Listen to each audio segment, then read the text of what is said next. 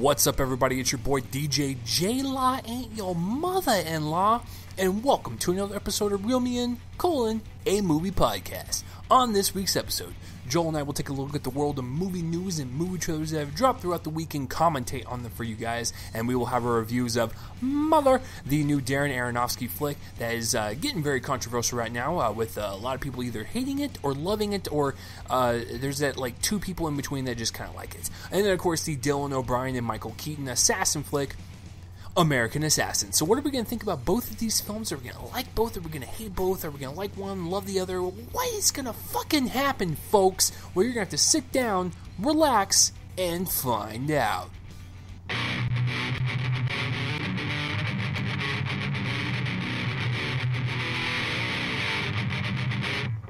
What's up, you crazy ass people, and welcome to another episode of Reel Me In, a movie podcast where you didn't really ask for it, but hey, we're going to give it to you anyways. This is a podcast where we talk about anything, everything, and anything about movies. I'm one of your co-hosts, Chase Lee, and hey guys, listen, if you're new to the show, welcome.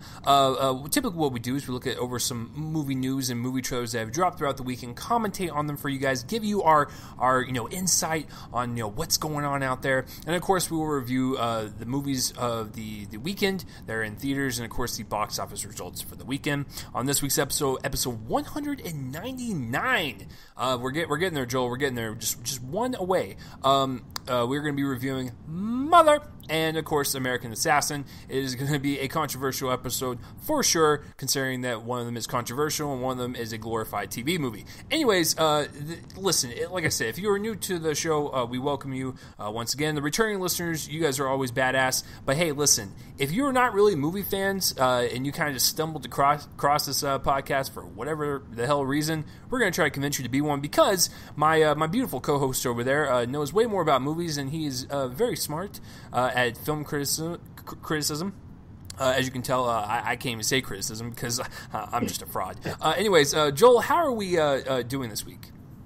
It's been a stressful week for me personally, and also for the country. I just want to say, so last Monday was just about the most somber day, especially in my area of the country, because not only was it the 16th anniversary of 9/11, and everybody was, remembering that, it was also the day that Hurricane Irma made landfall in Florida.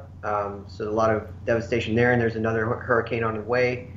But also, in case it kind of got swallowed up in the week, the Dallas area was hit by a mass shooting, like the first in Plano's history.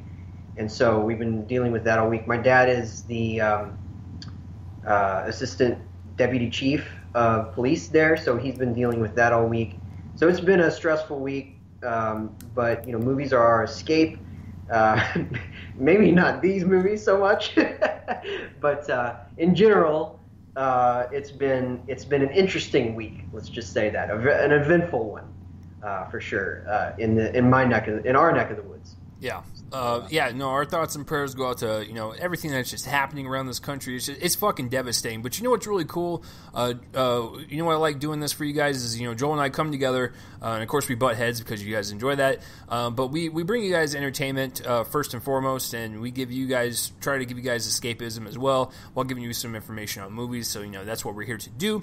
And speaking of movies, this episode is sponsored by Row 211 Films, which is got one of my friends in there, Daniel Rester, and he has a film that he's trying to get funding for called Emma Was Here, and the link is in the description below, so go check that out. If you like what you see, then go ahead and donate. I trust my friends and their visual cues, if you will, in the filmmaking industry. That's why I'm friends with them, so this episode is sponsored by that, so go check that out. And of course, subscribe, share this around, and let people know this is the definitive podcast, Joel. I'm really excited to kind of jump into this, but Joel, does it kind of disturb you that we are one episode away from 200?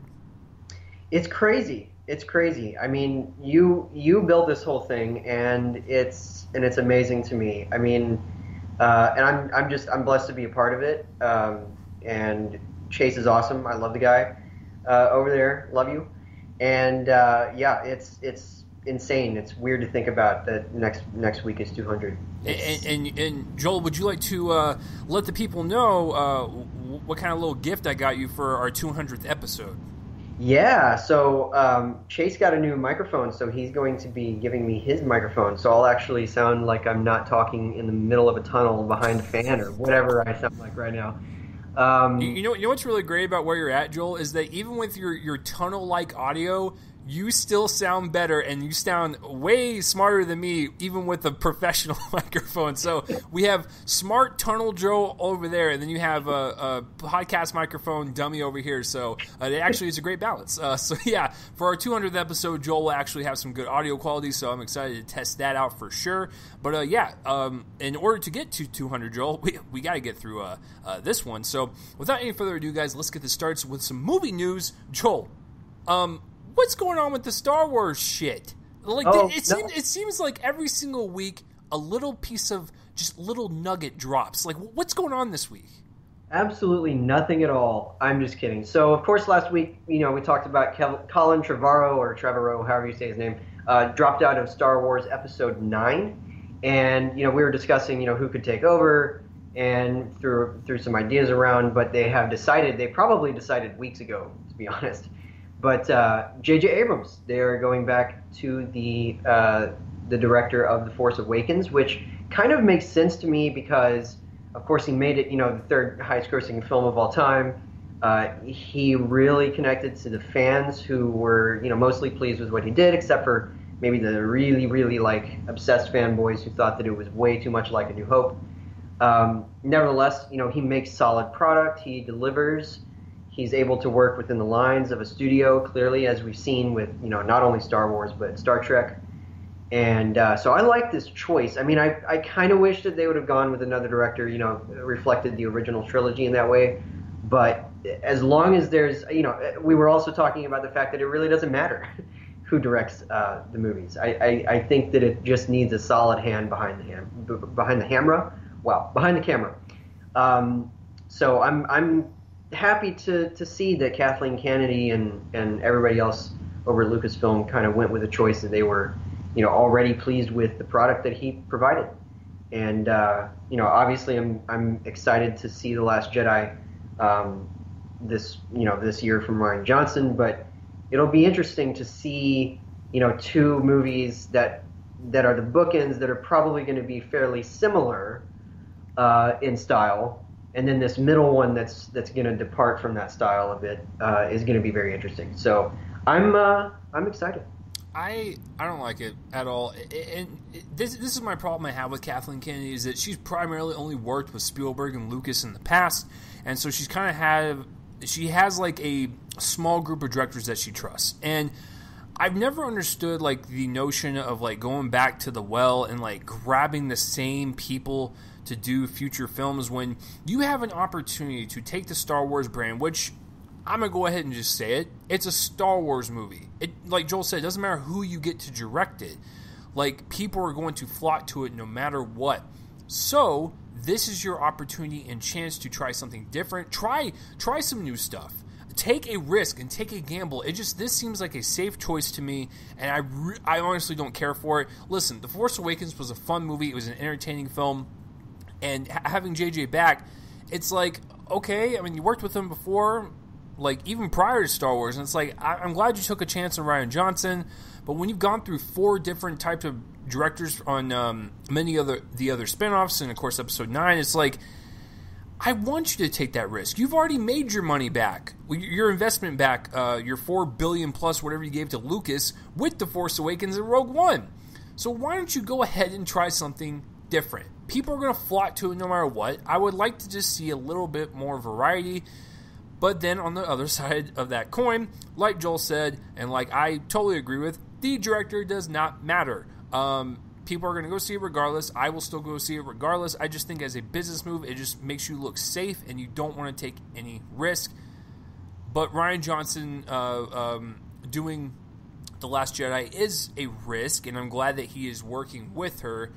But, her going through 4 different director fights and then going back to the well, it just tells me that she will never go beyond that. Like, it seems like Rian Johnson will be the last kind of, like, wild card pick she will ever go with. Because even with the Han Solo movie, you have Ron Howard, who is arguably one of the safest directors in Hollywood, excluding Rush. But everything he's done beyond that in the modern era has just been like, that's fine, I guess. J.J. Abrams is the same thing. As a director, he does his thing. He gets in there. He's a yes man. He goes out.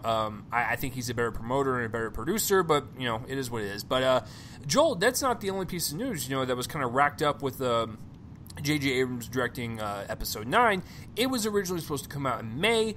Disney has now realized, because I guess they were in some weird trance or whatever, and realized that Star Wars lies in the Christmas season, so it's going to December, while they're removing Aladdin and placing it in Episode 9's place, which is Memorial Day of 2020, correct? No, 2019, excuse me. Yeah. So, yeah, I think that's a perfect move. Like, as a business, if you think that, Force Awakens and Rogue One are doing pretty damn well in December, then go ahead and just put all the rest of them in December and make this like a Christmas tradition for families. They're getting out of, school or college, and having their break and being with their families. It's perfect. And putting Aladdin in Memorial Day weekend, that screams more of a summer movie anyway. So, I like that switch. Don't really care for the director pick. Joel, do you think keeping Star Wars as a Christmas winter tradition is the best move for them? And then, of course, moving Aladdin to Memorial Day. I do, and I think that this is probably going to happen to the Han Solo movie because they're so, compressed with time right now because, it's supposed to come out in May. They just hired on the director, and I feel like they're probably going to move it because there's got to be a lot of work. And it makes sense because now it's a December thing. It was a summer thing, and now it's the thing that everybody wants as their big gift from Hollywood. Mm-hmm. At the end of the year, I guessed that this would happen. I think I even said it on the show that that they would move it to December with all the stuff that happened, after Carrie Fisher's death. Yeah. I felt like, and that's another thing, with the director choice, that they were probably wanting to just kind of decide on a director at this stage in the game. And so, after the Carrie Fisher, losing her when she was going to be a big part, now they have to rewrite the screenplay. Speaking of which, he's going to write with Chris Terrio, who wrote Batman v Superman with whoever else wrote that. But yeah, and then Aladdin, you're absolutely right. I mean, an Aladdin movie from Guy Ritchie screams summer movie. Honestly, the December release date for that didn't make any sense to me. Yeah, it was weird. It was a really weird choice to put that in December because it's a movie set, summer is the hot period of the year and then Aladdin is set in a Middle Eastern country. Yeah, it's like an adventure. It's like an adventure film.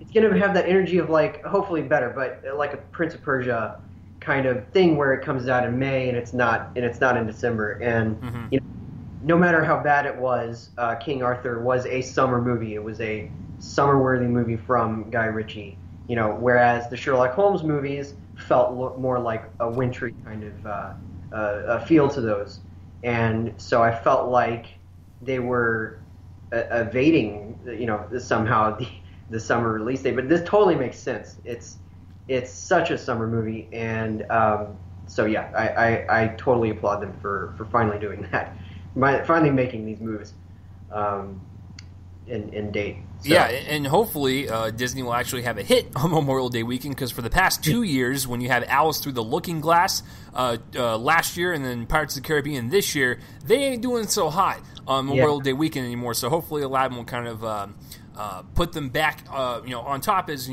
Memorial Day weekend to look forward to. A movie that's not being looking forward to by Joel over there. I realized that Mother was probably making Joel's mind melt a little bit, and so is this piece of movie news. The Purge 4 is happening, whether you like it or not, and it's going to be a prequel. Don't know how that's going to work, considering the fact that the first Purge, they claim that, they've been doing it for a while and whatnot, so maybe we're kind of picking up on that, but, it's going to be made by Blumhouse, and I actually like the Purge kind of mythology a little bit. It's very scarily accurate to what might happen in reality. But I actually enjoyed the first one. The first one was fine. I liked Anarchy quite a bit when they actually got out into the city. It was a little, the stakes were a little bit more high. And then, of course, the third one, Election Year, I actually kind of enjoyed. Yeah, there was some goofy acting in there, especially with the chick that robbed the gas station or whatever. But other than that, I actually enjoy this franchise. It's just a very fun horror franchise. As far as a prequel goes, sure. Because the thing is with this type of franchise, the more you keep making, it's going to feel tiring. And, after Election Year, it's kind of like, where do you go beyond that? And so I kind of like the fact that they're going to, show a little bit before the first one. Maybe we'll kind of get the inner workings of, this kind of purge law that came into effect. That'd be kind of cool. So, I don't know. I'm down. Joel, I know that you're probably rolling your eyes, and I'm pretty sure all of our listeners can hear your eyes roll back. So can you give me your thoughts about what I just said and why is this happening? Well, I don't know. I mean, I can tell you why it's happening, and it has to do with a money sign 3 times. Oh, okay. No, I really don't care. I hate the first movie. Ooh. I thought the second movie was a lot better, still just kind of blah, and I didn't see the third one. So a prequel, I mean, I guess it would be interesting if they went the route of telling us how it started. Yeah. That might be interesting because that would actually, engage the premise. Mm-hmm. And that's the problem that I've had is that the series hasn't really engaged the premise so far. They've basically the third one kind of touched upon it when they had the two candidates going back and forth. One kind of for it and one against it and whatnot. So that was kind of interesting. That does sound more interesting. I mean, like I said, I skipped it. I just had bigger, priorities. Oh, thanks, Joel. Thanks for throwing me under the fucking bus. And you're just like, well, Chase's time is not really worthy. So he saw Election Year. I have better stuff to do. I had this. It was like 5 movies that weekend, and I had to choose between that one, the BFG, The Legend of Tarzan, Swiss Army Man, and Archive of Traitor, and that one fell out. Anyway, but yeah, I mean, it's an interesting premise for sure. I just feel like the series is, I mean, obviously, apparently, other than that part of Election Year, it's kind of evaded. It's just kind of turned it into a regular horror thing, and just hasn't really been interesting. But I'm curious to see this. See how this, turns out, especially from Blumhouse. Obviously, they've done all of them, right? Yeah. And we're about to bring up Blumhouse in here in a little bit. Also, I believe he's doing this next story as well, which is a super fascinating premise considering what Get Out was about. So, Joel, what's going on with Spike Lee over there? Is he making another Old Boy 2 or something? No.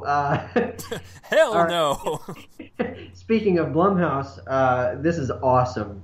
This sounds really interesting. So I'm just gonna read this premise because it's a new film coming up from Spike Lee, with, I guess, yeah, okay. So he's producing the movie with Jordan Peele, which is kind of perfect, a perfect pairing. And here is the premise of, and yes, this is the title, Black Klansman. Yeah.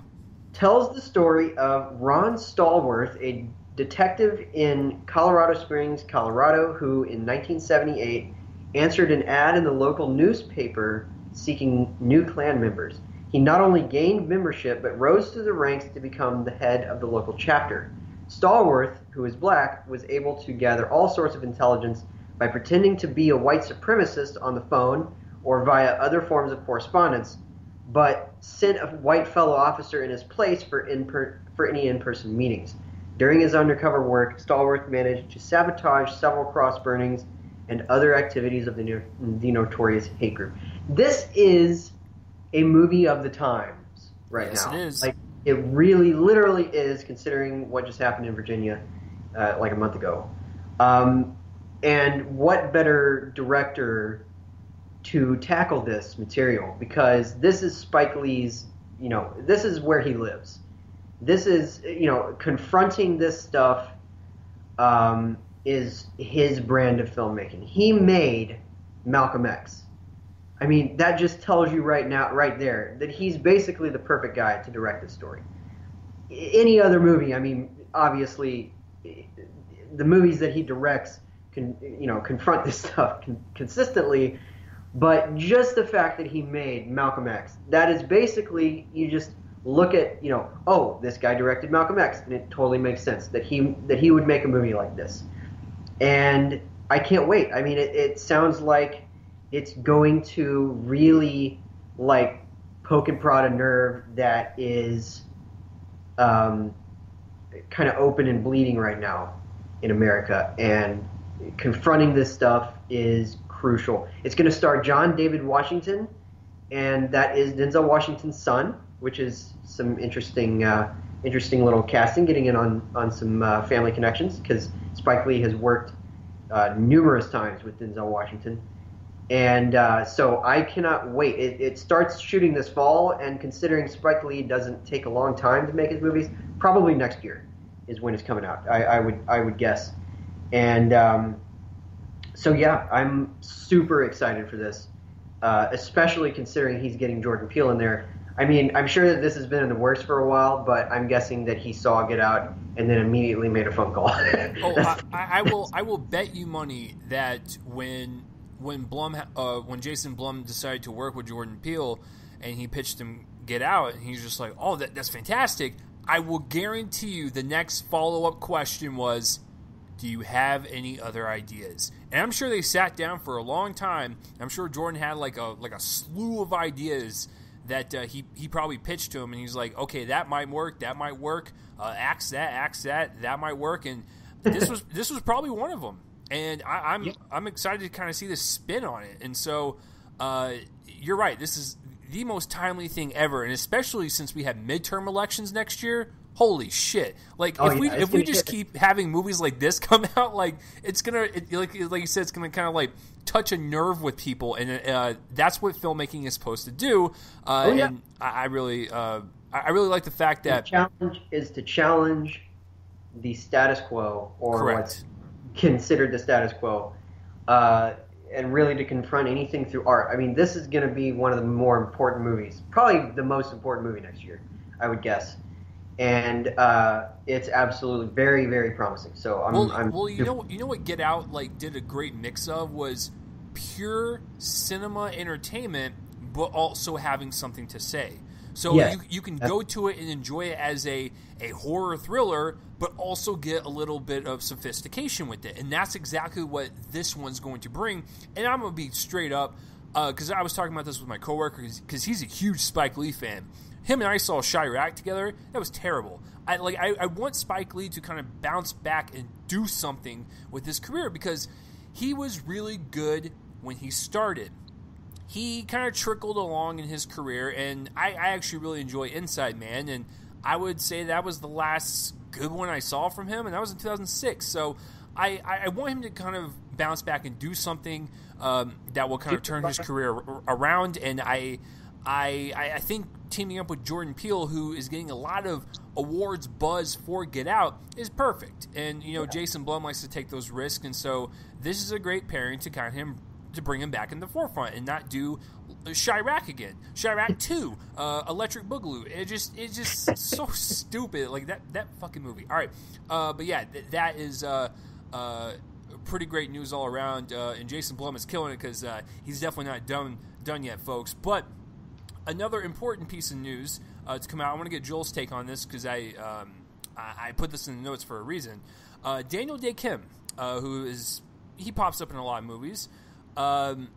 He's in the negotiation processes to basically be in the role that Ed Skrein left for a couple weeks ago.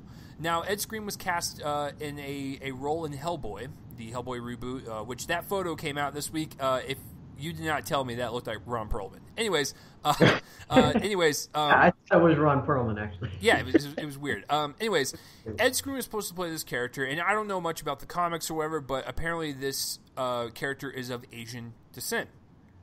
Ed Skrein had the role for like 3 days and then had this letter saying you should probably get someone that looks like the character to not only stop whitewashing but serve what the character actually is. That got a lot of attention, and so they're getting someone of Asian descent now. Joel, I want to ask you, is this too late? Is this kind of like one of those things where Hollywood fucked up and they're kind of backtracking and doing what the fans think is right but not doing what they think is right, if that makes any sense? And it almost seems like they're like whitewashing is never going to stop, almost. And this almost just seems like an apology type of casting to me versus a genuine casting, which is I don't like that whatsoever. It kind of has like a stank on it now. Daniel Day Kim is not a bad actor. He's very enjoyable. I looked at his filmography before we started recording. He is not the problem. I believe the producers and whoever's in charge of this project is the problem, because they're kind of backtracking now, and it looks super bad on them. Do you feel that way? Well, from what I understand, I mean, obviously I don't know the comics either, but from what I understand, the heritage of the character is important to the character. Correct. It wasn't just like, I guess you could say it wasn't just simple whitewashing. It was pretty complex whitewashing. They seemed to be, from the beginning kind of going out of their way not to cast somebody, and of course now they have, and it's a bit of a saving face move. It speaks more to Ed Skrein's goodness, or Skrein, whatever, his goodness, than Hollywood's, because they were then backed into a corner, and then were forced, or probably felt forced to cast somebody who fit the mold. But obviously I liked Kim. I think he was great on Lost, and I also enjoyed him in this really small role in 24 years ago. He played an agent that would constantly help Jack out, the main character. He was a lot of fun in that. But yeah, I mean it's kind of a saving face casting, honestly. I mean the fact that it was so quick, it was like essentially they went to the first person they could think of, and he said yes. And he also congratulated he congratulated Ed Skrein. Yeah. That was a good little move on his part. But you know what was not a good move was myself, because this was supposed to be Joel's story, and I totally just like sidelined him, and like I read ahead on the notes, and I was like, holy fuck, I just totally like just basically teabag Joel a little bit. So Joel, you can take the Halloween story. So, but my final story that I will give to you guys is what? So all right, so you know this movie, 48 meters down or whatever, or 47 meters down or whatever. So that was a shark movie that came out earlier this year. I enjoyed it. It was likable.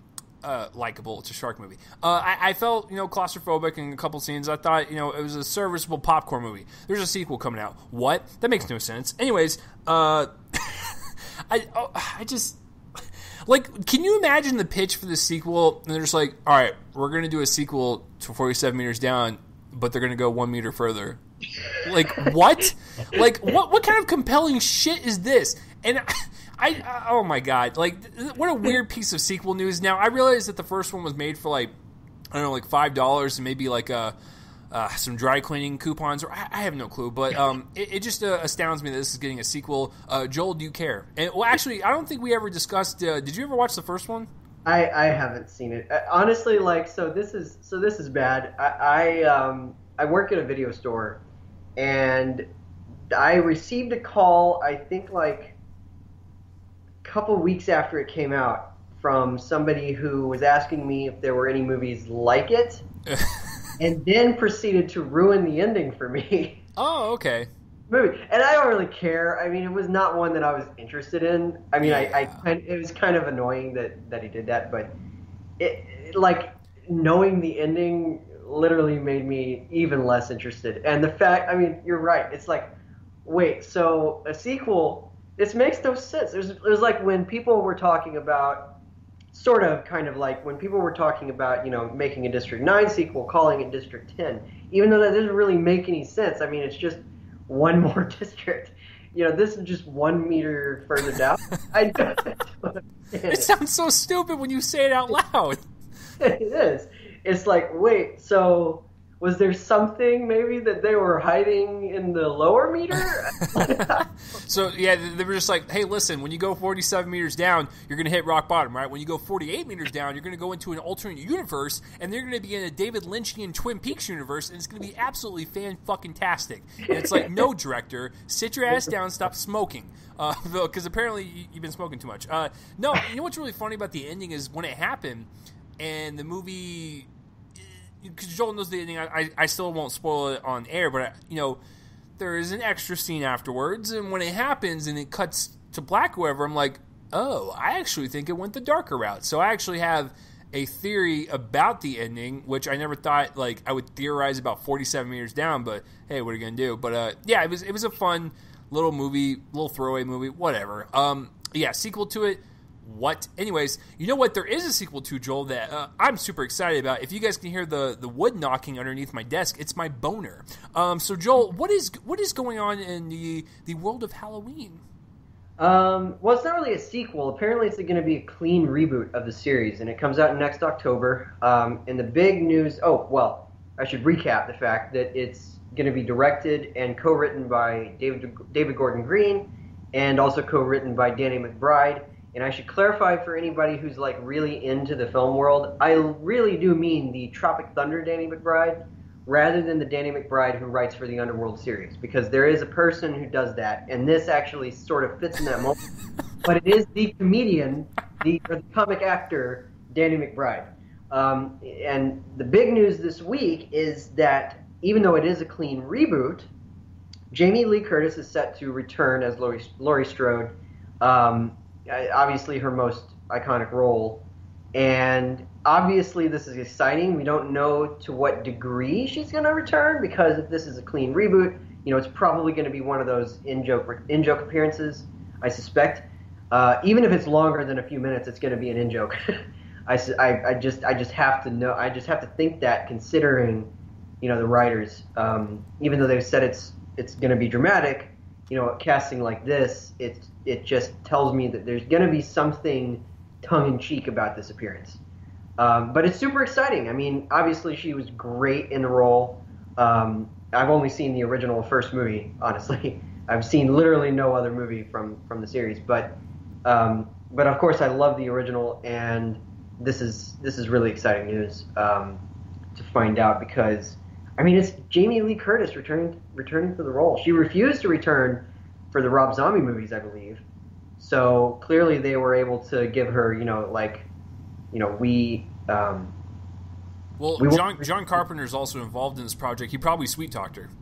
Yeah, probably did. I mean, they probably talked to John Carpenter and said, hey, can you get her into the movie? And he's like, sure. And so yeah, I mean, very exciting. I'm excited for this movie more so than I am for the Jigsaw or Leatherface or whatever. Oh, I am too. Like, are you kidding me? Like, this is perfect. You're getting the original director to come back and do music.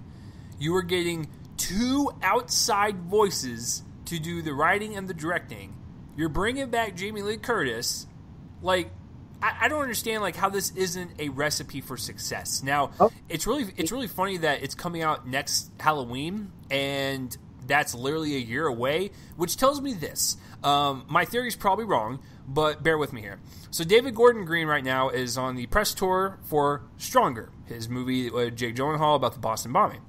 My theory is, once Stronger comes out and he's done with his press tour, he's going to go, in the meetings with Blum and McBride and whatnot, and I think they're actually going to crank out the script the next 3 months. They're probably going to do production sometime in the late winter, early spring next year, and get it done by the time Halloween comes around. Because the thing with Jason Blum, the guy will literally tell people to make a movie within a year, and they'll get it done. When you think about what the Paranormal Activities that he produces, or Insidious, is those movies do not take that long to make, and so I'm pretty sure Get Out took 4 weeks. Or something. Yeah, it's fucking crazy, dude. I mean, Whiplash took I think it was 19 days. Yeah. or something. It was either that or 29 Days or something. It was less than a month, and it was that movie and Birdman came out around the same time, and they were both productions that were in less than a month. And yeah, I mean, he cranks them out. Plus, David Gordon Green works quickly. I mean, the dude makes 2 movies a year essentially, or at least produces them. And yeah, I mean, it's totally really really quick production schedule for him. So yeah, I know I don't think I've brought this up, but I'm really glad that like Danny McBride's involved. Like I know it's weird for me to say, but like the best thing he's ever done, in my opinion, is what's actually going to be airing its second part tonight. Actually, is Vice Principals. Like that is a delicious dark comedy. I love it. I need to watch that. Doesn't that one come from Jody Hill? Yeah. So McBride has 2 partners. He works a lot with Jody Hill a lot, and then he works with David Gordon Green a lot. So Vice Principals is more of a they all went to school together. I believe correct, they were all classmates. Yeah. Yeah. And, so it's kind of cool. Yeah, very cool. I think at USC, right? Yeah, I think it was in Carolina. So, yeah, really, really neat. And I kind of want to see like what she's gonna do, because if this is gonna be kind of like a soft reboot and whatnot, that's totally cool and whatnot. But it's like you said, if they follow any type of timeline, I mean, spoiler alert, she fucking dies in I believe was it Resurrection in like the first 5 minutes. So. So I don't know like what type of character she's going to play. If it, like what Joel says, more tongue in cheek. Are they going to go more of a comedy route in horror, maybe a horror comedy? I don't even know what the Toad is. Like they're keeping this movie so in the dark. I have no idea which route they're going to go. So, but that's exciting about it. It's kind of new. It's fresh, and it's going to really kind of bring Michael Myers back into the spotlight, which is kind of dope. So that is it for the piece of news for all this week, guys. My favorite, definitely not J.J. Abrams directing. I'll probably have to say the Spike Lee Jordan Peele joint that they're going to be doing, because it will be a Spike Lee joint. So that will be my pick. Joel, which one tickles your pickle or your fancy? Same one. Yeah, I can't wait for that. So that's that's it for the news, guys. So comment down below what is your favorite piece for this week. Moving on to the trailers now. Oh my God, we get to start this one off. So, Joel and I we talk throughout the week, and when stuff drops, we try not to let each other know what we think. And so I just I was sitting at home. I think it was on the toilet or whatever. I was doing something. I was reading a magazine, and so Joel texts me, and he's like, Did you see this new trailer from Universal? And I was like, no, what was it? And he was like, oh, it's the third 50 Shades movie. And I was like, that's cool. They have a trailer out. And Joel just couldn't contain his excitement. Like, it was just like, you could feel it, the enthusiasm and, just the happiness through the text. And I was like, God bless this little boy. Like, he loves this movie so much that, it's his most anticipated for next year. And, I just want Joel to start the trailer section off with describing this wonderful teaser that is 50 Shades Freed. You are a dirty, rotten liar. So, yeah, 50 Shades Freed, which is up there with one of the creepiest titles I've ever heard. Is she in slavery? I don't understand. Yeah, 50 Shades Freed. It's the third 50 Shades movie. If you didn't know that from the title, this one, I guess they're getting married. So, in that case, if he's like some weird dominatrix, a male dominatrix or whatever he is, then is she freed? Joel, you sound like Gilbert Gottfried when he was reading from 50 Shades of Grey. Like, you're just like, the sex happens and the bondage and stuff. Listen, I mean, these movies look like... I haven't seen any of them. Oh, wow. Wait, I thought you said you saw the first one. No, I never did. They all look like they have perfect cinematography, but that's about it. That's true. I will give them that. Yeah, I mean, it looks really crisp and all that, but I could not be less interested. Maybe at some point, if I'm really bored, then I'll watch them. But Joel, you know what's really weird about this teaser? is not even the teaser. I've actually never seen this before in my life. At the end of the teaser, it goes, full trailer drops in November. Who the fuck is going to be, like, remembering to mark that down in their calendar going, oh, I can't wait for November to drop so we can get this 50 Shades trailer? Who's asking for that? Like, who's waiting for that? So I thought that was weird. Fans of the Twilight fan fiction that they have bought into. Literally Twilight fan fiction. And that just happened to, like, take off. I mean, I wish that it happened to the Harry Potter thing where it was this mirrored American character who had like a godfather who was in Alcatraz, and there was a bunch of American stuff. Like, couldn't that have taken off instead of this like weird? Is it a sex fantasy? I don't know. Joel, this is America. We can't have nice things. Listen, I saw the first one. Didn't see Darker because I don't care to.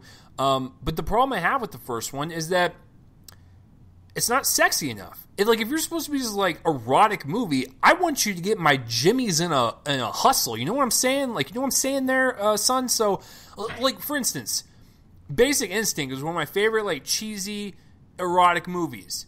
It gets you like somewhere, like you're just like, oh wow, like I'm actually sweating. I'm sweating from Sharon Stone's beaver in my face. Like that's the type of stuff I want. I don't want like this almost like PG-13 borderline R stuff. Like it didn't have that punch you would want in like an erotic movie. And second of all, it was just an average romance movie. If you take out what straight sex does for like typical rom-coms or whatever, this was just swapped out for BDSM. That's all it was. Like, I don't understand why people thought it was like shocking and all that stuff. I was like, just chill, folks. But yeah, the teaser, no thank you. I just thought it was really funny that said full trailer coming in November, as if there's a small group out there that's marking down their calendars. So, super excited. What I really want people to do, some director, is to learn the actual lesson of one of the great movies ever made. And it's an erotic thriller, and it's one that you and I need to watch. I own it, because you would love this movie. It's called Damage. It's from 1992. It's got Jeremy Irons, and it's amazing. It's from director Louis Malle, and it's about a lot more than the erotic thriller elements. It's barely even a thriller, really, but it has that edge to it that is esque. And it's a great film. It's one of my favorites of all time. It has some of the best cinematography I've ever seen. And these movies are all trying to be that. They're trying to popularize, but then they're actually throwing in the thriller, all the, like, two-dimensionalization of the characters, all of that, where Damage three-dimensionalized everybody. It was profound, it was moving, and it was sexy. And it understood how to be sexy because it was about characters. It wasn't about just the sex. Exactly. Like, that's what I want, but like this is like popcorn fluff trying to be erotic. And that's what totally, like, I've never had an interest in it, is because of that. Is because it's not trying to be artful, it's just trying to be like almost borderline exploitive. Yeah. Not exploitative, that's why I didn't say that, but exploitive, kind of just, oh look, we have sexy actors, let's use them for sexy stuff. Well, Joel, it's just whatever. Joel, I have to ask you. You know what's really not sexy? Are you ready for this transition, folks? You know what's really not sexy, Joel, is I've heard that Christian Grey's penis is really small. Speaking of small things, our next trailer is directed by Alexander Payne, and it's co-written by him with Jim Taylor. And this one's called Downsizing, with good old Matthew Damon and Kristen Wiig, which I will just say this, I was a little surprised to see a lot of her this weekend. Anyways, Kristen Wiig is also in this movie, Jason Sudeikis, a bunch of people, Christoph Waltz, where have you been at? Downsizing is basically like the, I guess, adult version of Honey, I Shrunk the Kids a little bit, and it's not Disney-fied. So Matt Damon, Kristen Wiig, they're living life. Looks like Matt Damon works at Omaha Steaks, which is, I guess, lovely. He talks with one of his friends, Jason Sudeikis, who is very tiny. He's the size of a thimble. And he's like, yo, bro, get shrunken. It's really cool for you. You know what I'm saying? And so they go to a bank, and this bank person's like, hey, you have like $100,000, that's going to equivocate to $12 million in downsizing land. I'm just like, oh shit, that sounds enticing. So she also mentions it's irreversible, and so of course they get shrunken and whatnot, and they just kind of enjoy their lives. It looks cheerful, I guess. It looks like a nice little fantasy you would take your family to. I mean, it's coming out around the Christmas time, so it actually feels like a family film, which is weird because Alexander Payne doesn't really do like PG films or whatnot. It'll probably be like a soft PG-13, but it's still just weird that Alexander Payne's doing like a more of like a family film when he does, films about, rich characters that we can kind of all relate to, and so it's kind of odd. I guess it could be funny. It looks, like I said, inventive. I do like the premise of the idea, taking like this Honey, I Shrunk the Kids mentality and, applying it into like the real world instead of, Wayne's Kaczynski or, his character on that movie. I apologize. But yeah, no, it looks fine. I've been hearing mixed things from TIFF. A lot of people say they were disappointed in it. A lot of people say, why was this even made? So I don't know what we're going to be getting ourselves into, but I do know that Paramount likes to take risk, mother, and so, them taking a risk on this, it's kind of cool. So Matt Damon. And Suburbicon, I believe, right? That's theirs as well. Pretty sure. Which one? Suburbicon. Yeah, Suburbicon. And we'll get into the introduction of Mother in just a second, but I do like the fact that Paramount is taking risk on these movies, but this one looks good. I'm not saying it looks great or anything, but I am excited to see it, strictly for the premise, and wondering what type of tone it's going to go for, because there's a lot of comedic actors in there. So, Joel, does downsizing get on that most anticipated list for the rest of the year for you? Maybe not most anticipated. It does look really good, though. I think it looks really funny and sweet. A friend of mine described it as looking like pure acid, which I think is pretty funny because it kind of does. It has that weird surreal quality to it that's going to be really fun to watch.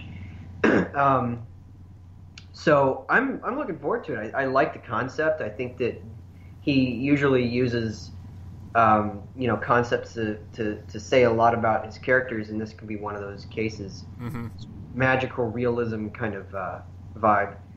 And I love Alexander Payne. I haven't seen everything from him yet. I need to see Election and About Schmidt. I believe those are the two that I'm missing. As in, I haven't seen him. But I love Sideways. I love Nebraska. I love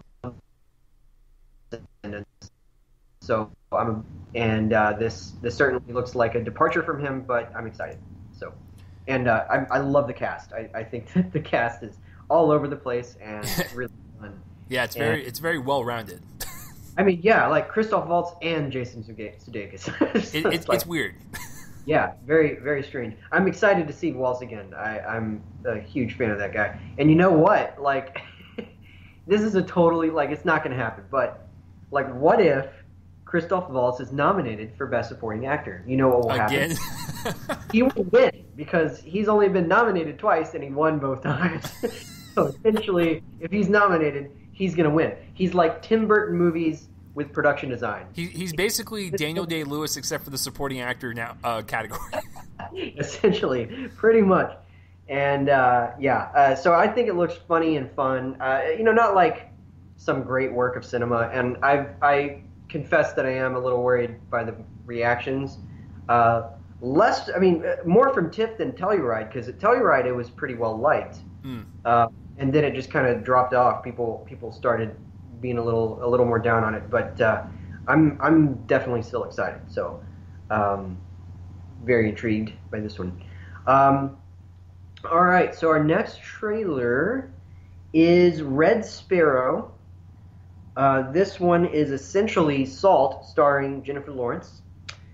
And Atomic Blonde and everything else we've seen in the past 5 years. Everything else. I mean, it looks solid, but do we need another one of these? I mean, I guess we do because it's another movie for, a woman to play a heroine, but whatever, to show action chops and all that. But in a general sense, we really don't need another one of these. It does reunite her with Francis Lawrence, who directed her in three of the Hunger Games movies. And, whatever. It's not much of a trailer. It's more like a teaser. kind of. It was only like a minute long or something. So Yeah. but so we don't have a lot to go on, but it looks solid. It certainly looks good, in terms of the cinematography. But there's really not much to go on here, other than to say, I will see it. Yeah, it's one of those things to where, like, Atomic Blonde looked like it was going to have some style to it. This one looks more like a more dramatic version of Atomic Blonde, where it's going to kind of slow things down a little bit, be more of a slow burn. Like you said, the cinematography looks very, very crisp and clean, and just it looks like this world that she's kind of sucked herself into. Jennifer Lawrence does look good in it, and I don't think she will be the problem with it. We'll get into that movie in just a second, but for this one, it's a nice kind of vehicle for her. I want her to bring her A game, because last year, especially with like X-Men Apocalypse and shit, it just seemed like she doesn't care anymore, and I'm glad that she's trying new stuff to kind of get people to realize that, yeah, she's a talent. She just needs to pick the right material. But I think I think what the key here is the director. Directing her in 3 out of the 4 Hunger Games, one of which was his first one, which was Catching Fire, which I think is the best one out of the 4.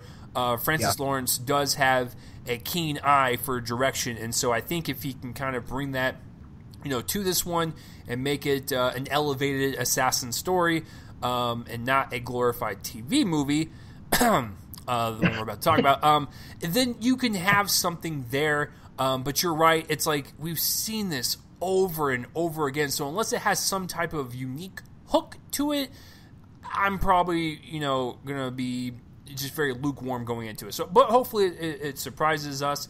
Speaking of surprising us, it never ceases to amaze me when I am in an audience, Joel, and any type of promotional material for the Disaster Artist comes up and people laugh, people are enjoying it. I'm like, wow, do you think Tommy Wiseau back in the day expected it to be this big? And so what we're talking about is the full trailer, not the one scene teaser of the Disaster Artist. So we get a little bit more of the progression of the story with James Franco playing Tommy Wiseau, and of course his brother Dave Franco playing Greg, and they meet in LA or whatever.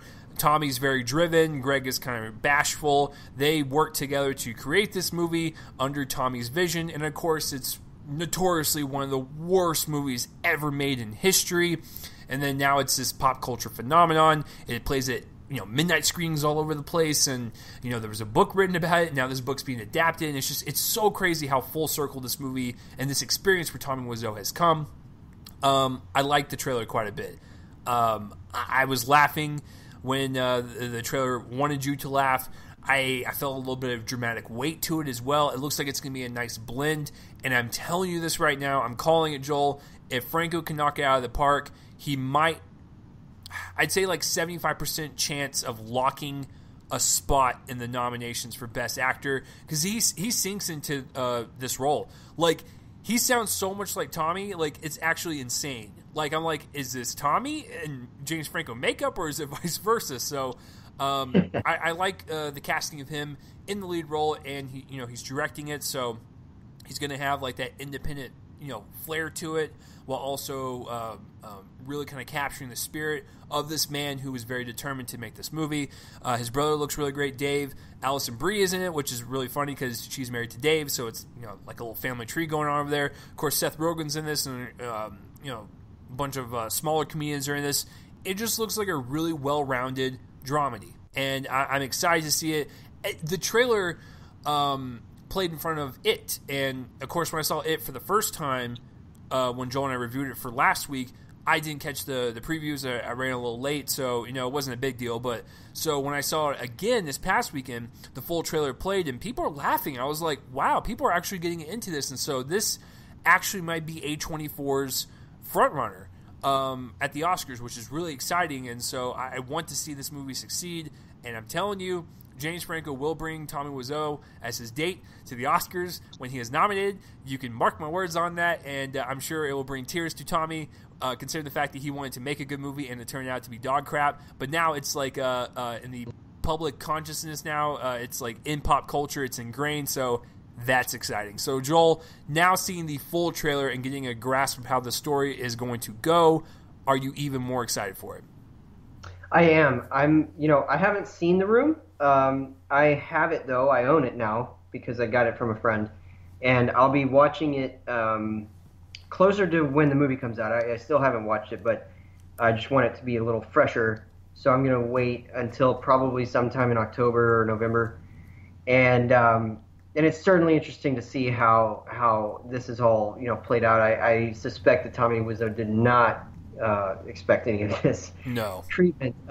We even get a glimpse in the trailer, I think, of Jane Fonda and also of Sharon Stone. I can't remember if Jane Fonda's in it, but it certainly looked like her. And of course, Judd Apatow, we see him in there. And it looks really funny. It's going to be really interesting to see if this is A24's choice or if it's going to be Call Me By Your Name. Certainly they come out in the same month. But yeah, although I'm hearing that it would be a better positioning of James Franco for supporting actor, because what I'm hearing is it's largely told from Greg Sestero's point of view. Yeah, you're right. That's a good point. I didn't even think about that, because you're right. The book was actually co-written by Greg. Yeah. It's largely, I believe, his story. Okay. Now, you're right. What they could do is, if it all really depends on if they feel like they've got a better shot in Best Actor than Best Supporting Actor. Right now, it feels like Supporting Actor is thinner, so they probably would be better, if they put Franco in the running for that rather than actor, just because you can make that, rationalization. Of course, they could also do Best Actor because it's, he's the director of the movie that it's about and all that. And honestly, like, the meta levels here are just really funny to me, because you have an actor who directed himself in a movie and is now the subject of a movie directed by the actor starring in the movie. And it's just really funny. And obviously, Franco relates to him in some way. Mm-hmm. And they click. I don't know if you've ever watched an interview with both of them present, but they have clearly become good friends. Yeah. And which is really neat. They've known each other, I believe, since the movie was making its rounds. They've known each other for 12 years. Yeah. Because from what I understand, he went to Judd Apatow to try to get him to get behind it, to get behind him as a star. He then went to Franco, just various people for various reasons, because he lived in LA. And so he's known James Franco for a long time. And obviously, I believe that when they originally conceived of the movie, they were trying to talk to Daniel Day-Lewis to play Tommy Wiseau, which would have been really interesting. But I'm glad that they went with Franco, because clearly he connects to that role and really relates to Tommy Wiseau on a personal level. And so yeah, it's very interesting, all of this. Yeah, I can't wait. And Joel, that since A24 is pretty nice to Dallas, we're going to get an invite, and I'm going to be signing us up so damn quickly. I'm going to burn a hole through my phone. And then we're probably going to get screeners for it at the end of the year. Oh, for sure. If A24 sends us a package, I might just lose it and just hibernate myself in my apartment for a few days. It'll be glorious. Speaking of not watching movies out in public and maybe watching at home and hibernating, is this next one. Now, I actually brought this up not for the trailer itself, but for the morality of the director and whether or not to see it. And that's the kind of the conversation I want to bring up, because the trailer itself, it's whatever. It looks like a generic horror film. But the trailer we're talking about is Jeepers Creepers 3. Now, this film was supposed to come out in actually, a pretty good amount of theaters. A lot of theaters are pulling out. And it's because of the director and his ties to the charges that were made with him videotaping himself doing inappropriate shit with a 12-year-old boy and being linked to child pornography. He did his time in jail, and now he is out and about, and he has made this movie. So the trailer itself is whatever, but Joel, the conversation I kind of want to bring up briefly is the morality of can you separate art from the artist when it's this severe? Now, for me, I can't watch this movie. This is one of those ones where, like, if you commit any type of like assault or rape, or you deal with pedophilia, or if you're a straight up murderer, I can't do it.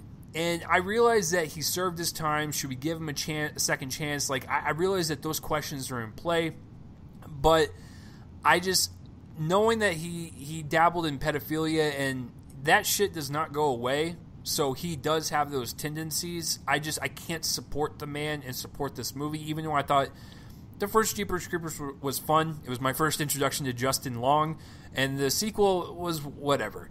So it's not like a movie I'm looking forward to, but I wanted to ask you, Joel, is there a line that if a director crosses, you will not watch their movie? Now, I know a lot of people will bring up, well, what about, Woody Allen?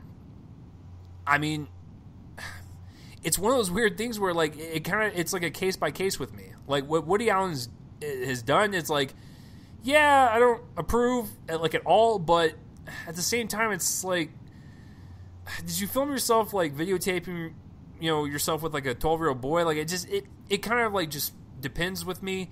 Joel, so I wanted to ask you, like, does doing something like pedophilia cross a line with you in terms of, like, supporting a filmmaker, especially when they did time, they are out, and they're still making movies? Like, is this something you can support?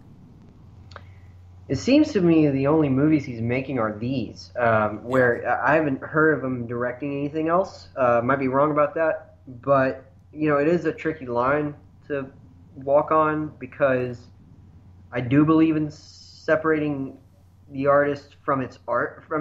The art from its artist. That's an important order to the words there, because obviously, I am allowed to think certain things about the person, and I obviously have no respect for the guy. There are exceptions. For me, with this series, like, it just doesn't look very interesting to me. So and this is going to sound terrible, but if it did, then I might set my feelings aside to be open-minded enough to watch it. But honestly, though, like, there are exceptions, and stuff like assault, especially, forgiveness for anything is an important impulse. For anybody, honestly, for any reason, I think that forgiveness is important. But, we just saw this week with stuff with the Alamo Drafthouse. That you can do the wrong thing in response to that. And I believe that this person needs to stay away from directing movies, because if he stayed away, we wouldn't have to have this conversation. And so I think that, now that he is directing, I think that people, if they're going to see it, they're going to see it, first of all. Some people are just not going to stop themselves, but I think the better thing is just not to hire him. Once he makes a piece of art, which is what this is, even if it's generic looking and kind of dumb looking, it is a piece of art, and I think that it's important to confront that piece of art for itself, because it's still expression, but as a person, I just it's tricky. I mean, I'm making myself sound more and more unsure here, because it is tricky.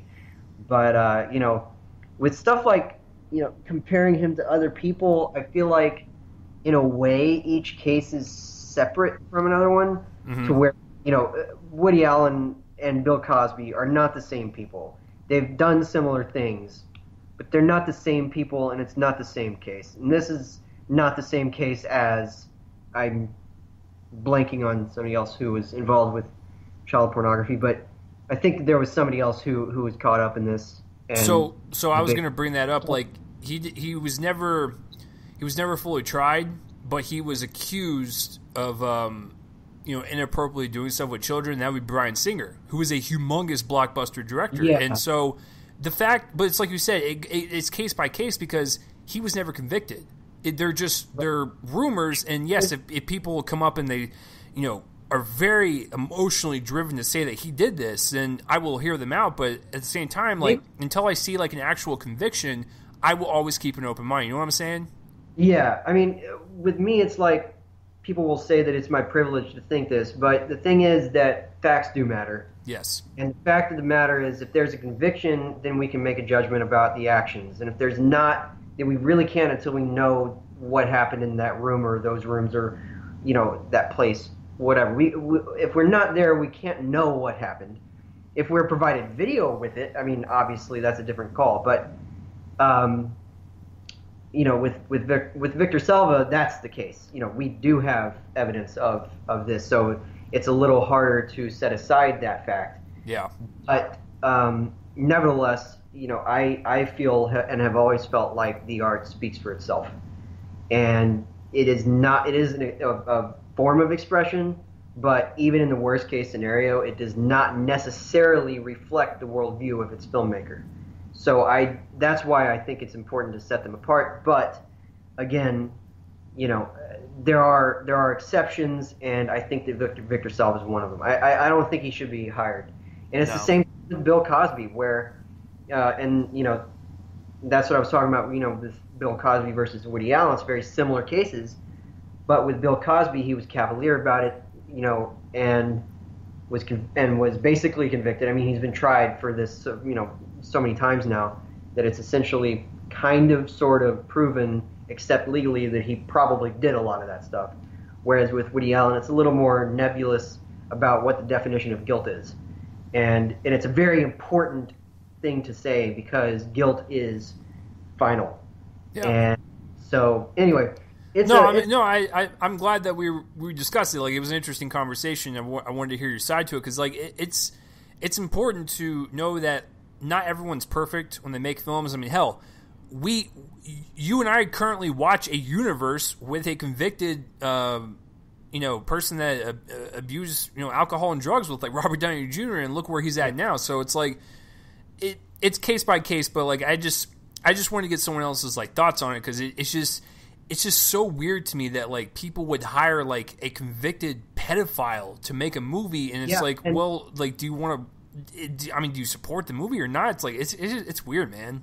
Yeah, and the point that you were making about the theaters, backing out, it's basically Cinemark now, because Fathom Events is the one that's showing this, I believe, and it's just one night. It's on September 26th that they're showing this movie, so it's not. I mean, it's probably going to be out on DVD the next week, so it's not like people are going to get an enormous amount of opportunities to see this, but. It'll be interesting to see if it even if there's box office numbers at all. I don't know if they do those for Fathom Events, but that's who's hosting it. Is Fathom Events does like wrestling matches live, and they do the opera thing for Cinemark, and that's basically they're doing this Asylum series now with the Asylum's B movies and all that, and they're the ones hosting the one night only event. Yeah. So. That I feel like it's going to be like this little thing that goes away, but of course it's not because it's a director who's still working despite the fact that he did pretty terrible things and was convicted for them, and so it's a tough thing. It's a tough thing, but I'm glad that we stimulated the conversation with that. And speaking of conversation that I want to have about this next trailer is that. Joel and I are one of the few people that actually enjoyed Alien Covenant, which, I don't understand why it gets so much hate, but Ridley Scott directed that, and Joel, he's got another one coming out this year, and it looks like he could be 2 for 2. Yeah, and this one seems like it's going to be a major Oscar contender to me. Yes, it's called especially Kevin Spacey. Basically, yeah, Kevin Spacey, probably Michelle Williams, which is neat to see her in a lead role again, because it's been a while. But it's called All the Money in the World, and to use the pun that I used with a friend of mine when telling him how much I love the trailer, I'm just going to say it. Chase is probably going to fire me and never talk to me again, but I'm just going to say it. All the yes in the world. Like, this looks so great. I love this trailer. It really looks like a sturdy production. The acting looks terrific. The subject matter looks terrific. It's basically this kidnapping that happens to a really rich family of sort of like I hate using this about real people, but although I guess this is a real people, but like if somebody kidnapped the Trump's kids or one of the Trump's, like Barron or something. This is essentially that plot because it's this mogul family of billionaires. One of their sons goes missing. The father refuses to play hardball with the kidnappers, apparently, I guess, out of lack of caring. And Kevin Spacey plays, what's his name? It's something Gotti. And it's the, he plays John Paul Getty. Getty, not Gotti. That's a mob family. Anyway, I don't want to confuse a mob family with this. But I think that they're like sort of entrepreneurs. Anyway. But it looks really good, and it comes from, obviously, like you said, Ridley Scott. This is clearly, he sometimes does this. He does a couple movies in a single year where, one of them's kind of a straight drama, the other one's the big, event thing, and that's clearly the case with this. And I can't wait. It just looks like such a solid, sturdy drama, and with terrific acting. I mean, Michelle Williams looks amazing in this, and Mark Wahlberg looks solid, and I'm excited. It looks really thrilling and dramatic, and Kevin Spacey's clearly going for that next Oscar. Holy shit! Speaking of Kevin Spacey, you can't even fucking tell it's him. He went full Joseph Gordon-Levitt and Looper in this. Oh, I know.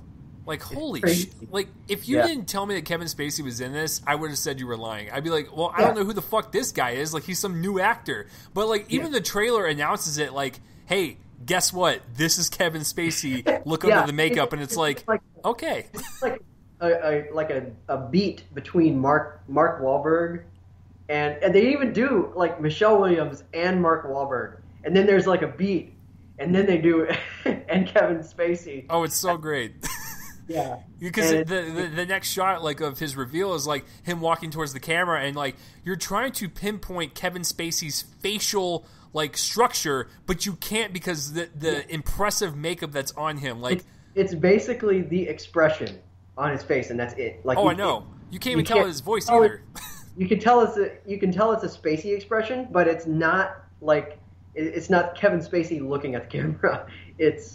It's somebody else entirely. Like you just can't recognize him. It's amazing makeup work. It's this movie will definitely get nominated for hair and makeup. You can bet your ass on that, which will be very funny because I actually will make an argument for it to be nominated for best hair and makeup. So if those two can compete, that'd be fucking awesome. But no, maybe those in Logan or something. I know, right? Yeah. So. But no, this trailer looks really great. Like it looks intriguing. It looks thrilling. Like it looks like it's going to keep you on the edge of your seat. I love it. Like there's nothing wrong with the trailer. Like it just intrigues me, and it comes out in December. And if Ridley Scott can knock this one out of the park, then he'll have two of my favorite ones of the year. Maybe not top 10. Well, this one might be top 10 material, but definitely two of my favorite ones of the year for sure. But yeah, this is an actual story that happened in the 70s. It's like Joel said, the production design looks pretty top notch. So yeah, I can't wait for it. There's really nothing more to discuss. And speaking of that's my favorite trailer. I think that I'm probably looking forward to the Disaster Artist maybe a little bit more. And what's funny is that unless we get a screener, I guess unless we get a screener for both of these, although I doubt that they'd do All the Money in the World, but this is going to be the weekend of All the Money in the World and the Disaster Artist because they both come out. One of them comes out wide on December 8th, and then All the Money in the World is a wide release on December 8th. So that's a really solid weekend. And, yeah. Actually, wait a minute. If 20th Century Fox is doing All the Money in the World, we'll definitely get a screener to that. Okay, yeah, because they do. Yeah, that's right. Yeah. Anyways, looking forward to that one quite a bit, and I think I'm with you. I think it's because we know what the Disaster Artist is, and this one kind of caught us off guard in the best way possible. So I'm totally with you. All the Money in the World is my favorite one as well, but the Disaster Artist, come on, that was a perfect trailer for that as well. So what about you guys? Please let us know. Comment down below. What were your favorite trailers of the week? Yeah, so moving on to the main course, guys. We've gotten the news out of the way, we've gotten the trailers out of the way, and I know you guys want us to discuss Mother, but we have to do the generic one first, get it out of the way, sweep it under the rug before we can get into the heavy discussion and the controversy that is Mother. So, American Assassin is the first one up. So before we get into the initial thoughts going into it, positives and negatives, Joel, my son, what is this movie about? And you have a family member that's actually a huge fan of the books. Yes, my father. So this is American Assassin. It is the adaptation of the novel of the same name by the late Vince Flynn. Wow, I was about to say that. Vince Flynn. This was, I think, like the 13th book he wrote, although it's a prequel book to the rest of the series that follows Mitch Rapp, who is kind of inducted into the CIA or a covert part of it. And it stars Dylan O'Brien as Mitch Rapp, which is a great name. It stars Michael Keaton as sort of his boss in this covert group, and Sanaa Lathan plays his recruiter.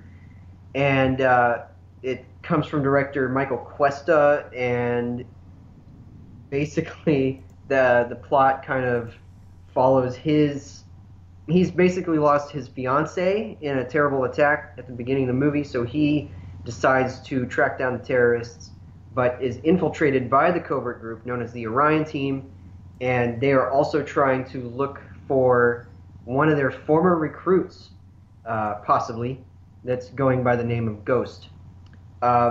So I'll just, I guess, start with my initial thoughts. This movie's really bland.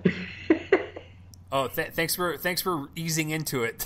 Yeah, I will. I was intrigued, I guess. My dad was a lot more excited, and we saw it together on Friday afternoon. I was more intrigued by it. I mean, it looked kind of like every other movie, but he told me that the books are great, so I was sort of excited to see his reaction. And I guess before getting into mine fully, my dad's reaction was that it was fine.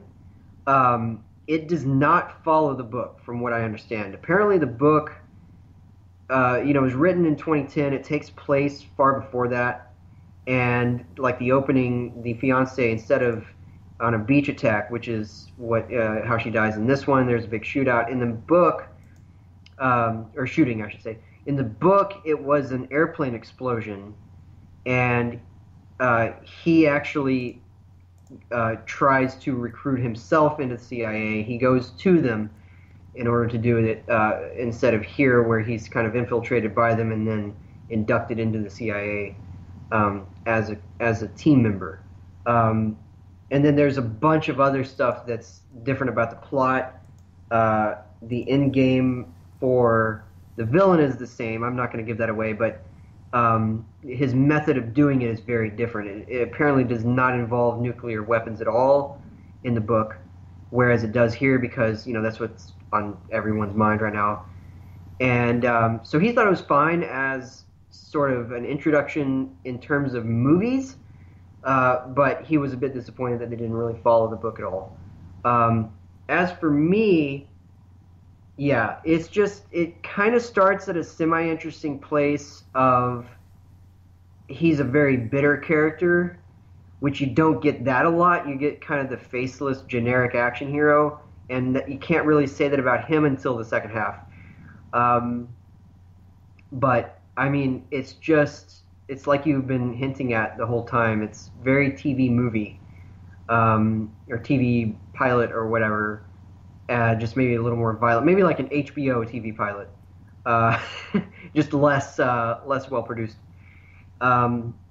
But yeah, it's just very generic. So I'll let you go with your initial thoughts. I assume they're going to be the same, basically.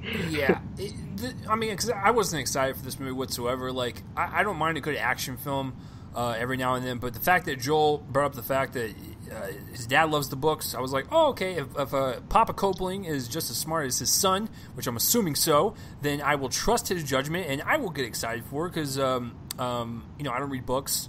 I'm a dummy. So I went into this is actually the third movie I saw in the day, by the way, because I saw it in the morning, I saw Mother, And I saw this, and I was like, you know, the first two like will make you start thinking, and this one does not. It's very serviceable, and it's like, you know, I wasn't excited going in, but I was like, okay, there might be like that one inkling of hope where I'm just like, okay, that was something that they tried something new, and no, I barely have any positives. I only have like a couple negatives because the biggest offense about this movie, and Joel said it, you know, earlier, was it's forgettable. It's very just bland. It's just kind of like paint by the numbers. We got to set this up. We got to have like a middle boring part, and then, you know, have a very generic like bow tie ending, and it's just okay. Like that was fine, but was that really like movie theater full price ticket worthy experience? Not really. It's more of like a rental. It's a serviceable rental.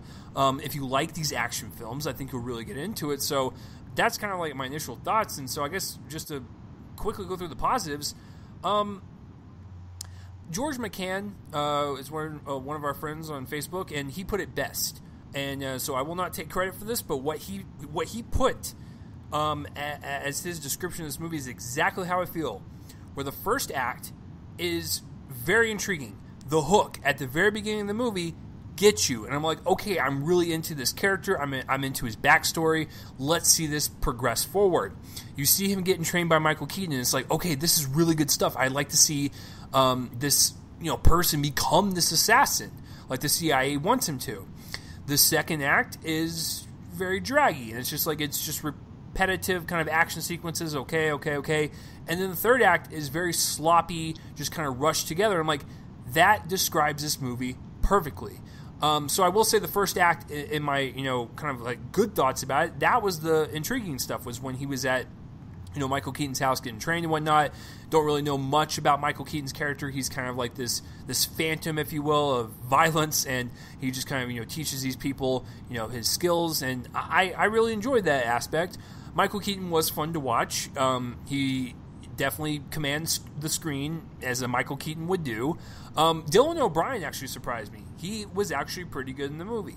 You know, like I said, the script was as thin as it was. Like, he did the best as he could, but I thought he was a serviceable action star, and I was actually surprised that the kid from The Maze Runner was actually headlining a movie, and I was enjoying it for some of it. And so, and that's pretty much it for the positives. Maybe the action sequences were cool, but that's really it. And yeah, I got a couple negatives, and we'll get into it in a second. But Joel, was there anything about this movie that you kind of liked? I would say that the concept of the training sequences was pretty neat. And in fact, actually, for sure. In my written review, I spent more time talking about the training sequences than the plot. I just want to see a whole movie of that. Yeah, I mean, it was just interesting because they kind of, and they're also a bit off-putting, and I'll get into why in a second. In my negatives, because I think that they actually reflect rather poorly on the character, but they were neat. I mean, you had that little shoot range, you know, dressed up as an IKEA kind of, yeah, with deal. That was neat. Dad has seen those before. He leaned over and told me that I've seen those before. And the other one where the virtual reality thing, you know, where they're shooting the virtual guns at the thing. That was pretty neat, especially considering, you know, we get to see a glimpse of how the Mitrap character does not quit. I mean, he gets a bunch of electric shocks in his body, and he doesn't quit. You know, it kind of is interesting. But Michael Keaton's probably the best part of this movie because he is able to command the screen. I think, though, that it ends up shooting him in the foot because I think he overcompensates. He's really not playing that interesting of a character.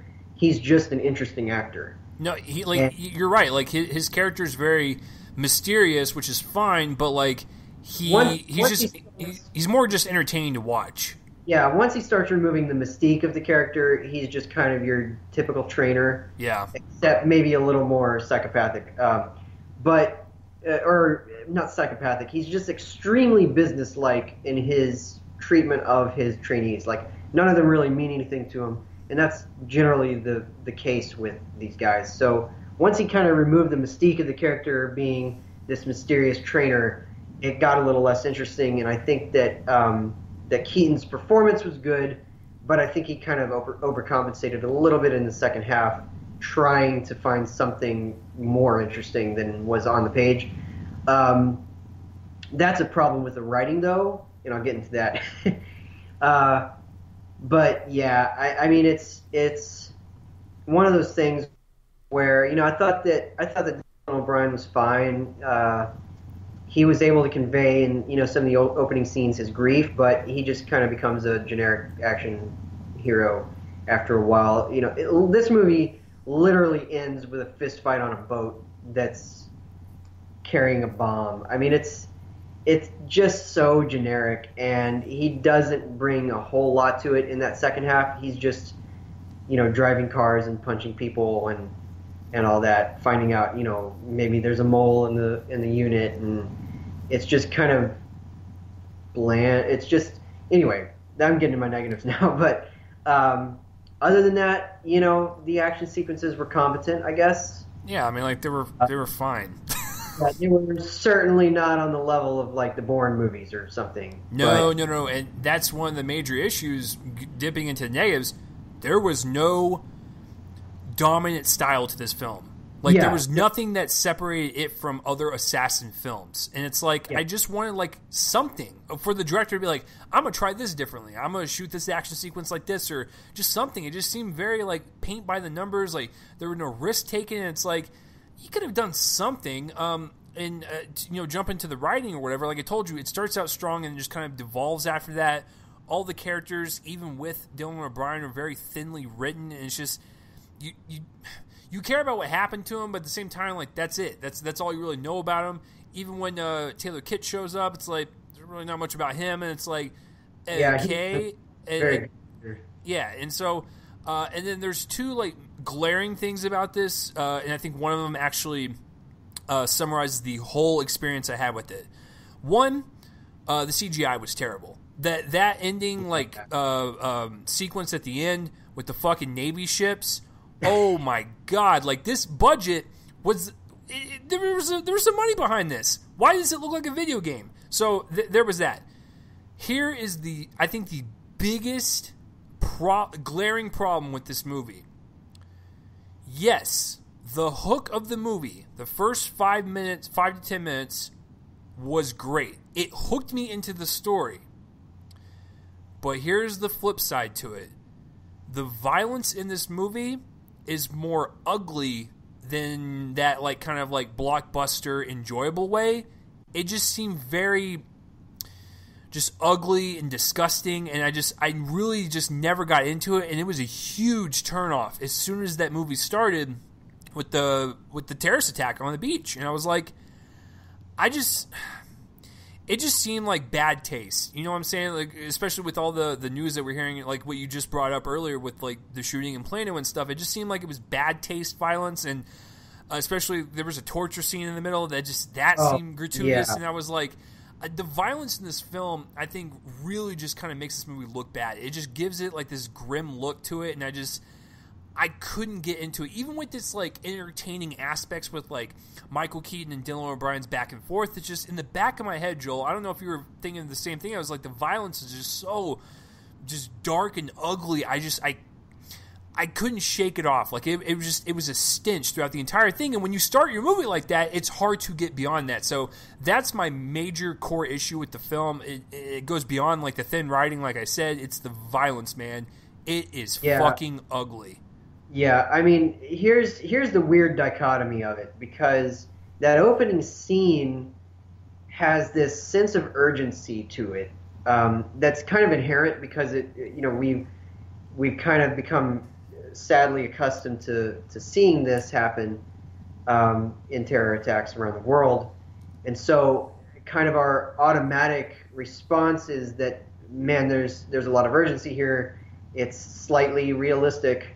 But then the rest of the movie makes the terrorists who carried it out into cartoon villains who are also just really violent. So the movie's trying to be, after that opening scene, cartoonish with the overall plot of the villain, and just kind of the silliness of the conceiving of the action scenes, and then it's really violent. And you're absolutely right. I mean, one of the reasons for the R rating is strong violence throughout. And that's very true, and it just doesn't seem like it belongs here. Maybe in some other movie in this series, if they keep making them, they'll be able to like correct that, where they might give the violence a sense of urgency. Here, it's very bombastic, but it's also very bloody. And you're right about the torture scene. I mean, it basically becomes Saw for like 5 minutes in the middle of the movie, and it's really off-putting. And not only that, it's the character being tortured, his reaction to it. Yeah. It's like the movie's having fun with it. Yeah. And it's really weird. So yeah, I totally agree. I mean, that's one of my major issues as well, is this idea that it has to be this, ultraviolet movie, but also cartoonish, but also be grim. And it just doesn't work. And, going into the writing, I just think that it shortchanges all of the characters. Where like there's this character who might be a mole, and that character's arc ends just kind of abruptly and rather kind of brutally. It's just a weird ending to that character. I think you know what I'm talking about. Oh yeah, because like literally what Joel's talking about, I'm not even like he is not joking. The twist is brought up, and then literally within 5 minutes, it's like it's already forgotten. It's like, yeah, okay. And we get this weird, brutal ending to the character that seems completely out of character with the rest. Well, actually, no, it seems in character with the movie because it's just kind of senseless, and it's just very weird. And then another major negative for me was Taylor Kitsch, who I thought was a complete bore as the. He was just. I mean, he's been boring before. I don't really like the guy, but he was just like this total faceless, no-name baddie with this just completely generic arc that, and the reason for that he wants to do it is kind of unclear. I didn't get why he was wanting to do it. Anyway, no, I didn't either, because he has that generic villain like, I'm gonna take over the world. Yeah, I mean, it really does, and it's just such a bad performance from him. It's a weak role, and yeah, there's what else is there to say? I mean, there's really nothing more, like, because I'm gonna be honest with you, like, just talking about it, it's just so boring to talk about, because like there's nothing to it, and I'll just jump straight into it. I'm going to give it a heavy C-, and that's only because it's a competent film. Now, if it was like, shoddily directed, or, it was even worse than the cinematography or whatever, I might dip it down to a D, but I think a C- is where it lives at. Like, it's a little bit below average, but the only reason I'm giving it that minus instead of just a straight up C down the middle is because of the violence. Because the violence is just so ugly and so grim, and it's just like, it's like what you said, it's perfect. Like, the way they... Like, the violence in this is, like, almost more sadistic than Saw because of how the characters react to it, and it's like, why? Like, that didn't need to be there, so a C- for me, I'm done talking about it. Yeah, I'm going with a C, and it's basically for the same reasons. The violence is off-putting. It's basically just like a down-the-middle thing for me. I really don't have any strong feelings either way, and so, yeah, it's one of those, it's like, I'm going to forget it by next week or something. I'm pretty sure I already forgot it. All right, so that is it for American Assassin, guys. Please let us know down below what you thought of American Assassin. Did it follow the books? Did it not? Did you enjoy it? I mean, is it a throwaway for you? I just want to know, but we had to get it out of the way, folks, because this is it. This is the moment you've all been waiting for. There's always that one film, Joel, that comes out every single year that's like controversial. There's either people that love it or they hate it. There's really no in between with those types of movies, and I totally get that. That's what movies are supposed to do. They're supposed to evoke a reaction, whether it's visceral in the positive or negative light. That's always fun and more intriguing to me to go see than movies like An American Assassin, which is lukewarm and you don't really feel anything. You just feel like a cold, dead person. All right, so Mother. This is it, folks. I don't know what Joel thinks. He doesn't know what I think. But I think we both had the same reaction walking out of it, which was like, what did we just see? So just to give the reaction that I had. Yeah, exactly. So just a little backstory on the writer and director, and I'll throw it over to Joel for the plot, which we have to be careful with, by the way. This is a spoiler-free. There's going to not be any interpretations. We're going to judge it on as a film, which is technical and what we thought the story was and how emotionally compelling it was. All right, so Darren Aronofsky, to me, is a filmmaker that I've never disliked any movies. Like, I actually like his experimental film, Pi, which kind of had almost like a Christopher Nolan first film, The Following type of film, where it was like this grungy, low-budget film where the director was trying to find their voice. Then I think he did his Odyssey, which was Requiem for a Dream. I know Joel and I disagree on that, but whatever. I've said my piece on it. We don't need to go back to Requiem, Joel, so I know you hate it. And of course, you have films like The Fountain, which are a little bit more experimental. And then I actually think that he's done two of the best films of the 21st century so far with Black Swan and The Wrestler. So the guy actually has a great pedigree. And of course, he did Noah, which Noah was fine. It was an interesting interpretation on the Bible from an atheist standpoint. Which I'm fine with. Like, I always like when different voices can kind of tackle something that they don't really follow that much. So it's whatever. So I was looking forward to Mother. Now, of course, the trailers come out. I get excited. It looks like they're going to do like this psychological horror drama type of deal. And, I'm all for it. Like, shit, when you think of what Black Swan did, like, that movie fucks with you. Requiem for a Dream fucks with you. And The Fountain definitely fucks with you. And you will have to try to decipher what the hell you just saw. But with Mother, I was looking forward to. I was excited going in, especially with the gut-wrenching reactions from people that Joel and I follow adamantly on social media. Where, like, there was a lot of people that, like, wanted to gut this movie, like, literally shank it in an alleyway. But then you'd have some people like, I really loved it. Then you have what I would consider, what I am kind of on the verge on, which, as I talk about it, I don't know if it'll sway my grade, where I don't know what to think. This is the first film this year where, like, I don't know what I saw, if it was brilliant or if it was pretentious garbage. Now, I hate using the P word, but I think that's the best way to describe that reaction. Is it overly pretentious, or is it, like, inherently brilliant? I don't know. And, like, as I'm reviewing it with Joel and whatnot, I don't know which way my grade will sway. I wrote extensive notes on this, by the way, so I will try my best to convey them, and they might be all over the place, but then again, so was Mother, so it actually works out. So, Joel, before we get into, the positives and negatives, which I'm sure there's going to be a bunch on both, what is this movie about, and what were your kind of, like, initial thoughts going into it? Well, I guess I'll first start with Aronofsky. I've seen everything but Pi. I can't find that anywhere. I will let you borrow it. Okay, yeah. I thought that maybe you owned it. So, yeah, I hate Requiem for a Dream. I can't quite recommend Noah. I think it's interesting, but I don't think it quite works.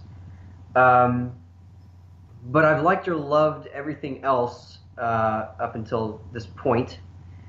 The Fountain was good. I think that there are some problems with that movie that are not really fixable problems. It's just kind of, it tries a little too much. But I love The Wrestler. Oh, man. I just caught up with that for the first time last week, and I loved every inch of that movie. I think it's probably his best that I've seen. And Black Swan, I was on my top 10 that year. So I'm a fan of the guy, off and on. So with Mother, I was excited because the trailer was intriguing.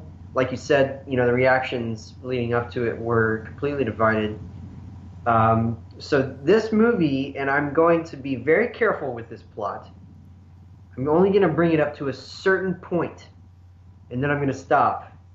And just know that that is not the whole plot, because, again, I have to, not that the experience can be ruined, but plot points can be, and I really don't want to do that. So, very broadly, this movie is about a married couple played by Jennifer Lawrence and Javier Bardem. She is younger and he is much older. He is a poet who's kind of suffering from a lack of technique, can't really write, and they're living in a house that he inherited from his family. She is renovating it, and that's kind of their life. They live in this secluded place. There's no cell service. It's in the midst of this idyllic meadow outside. We never go outside, by the way, or barely. I think we go out on the porch like once or something. That's basically it. The entire movie takes place in the house. And, one day, a couple of strangers show up. First, there's this man, played by Ed Harris.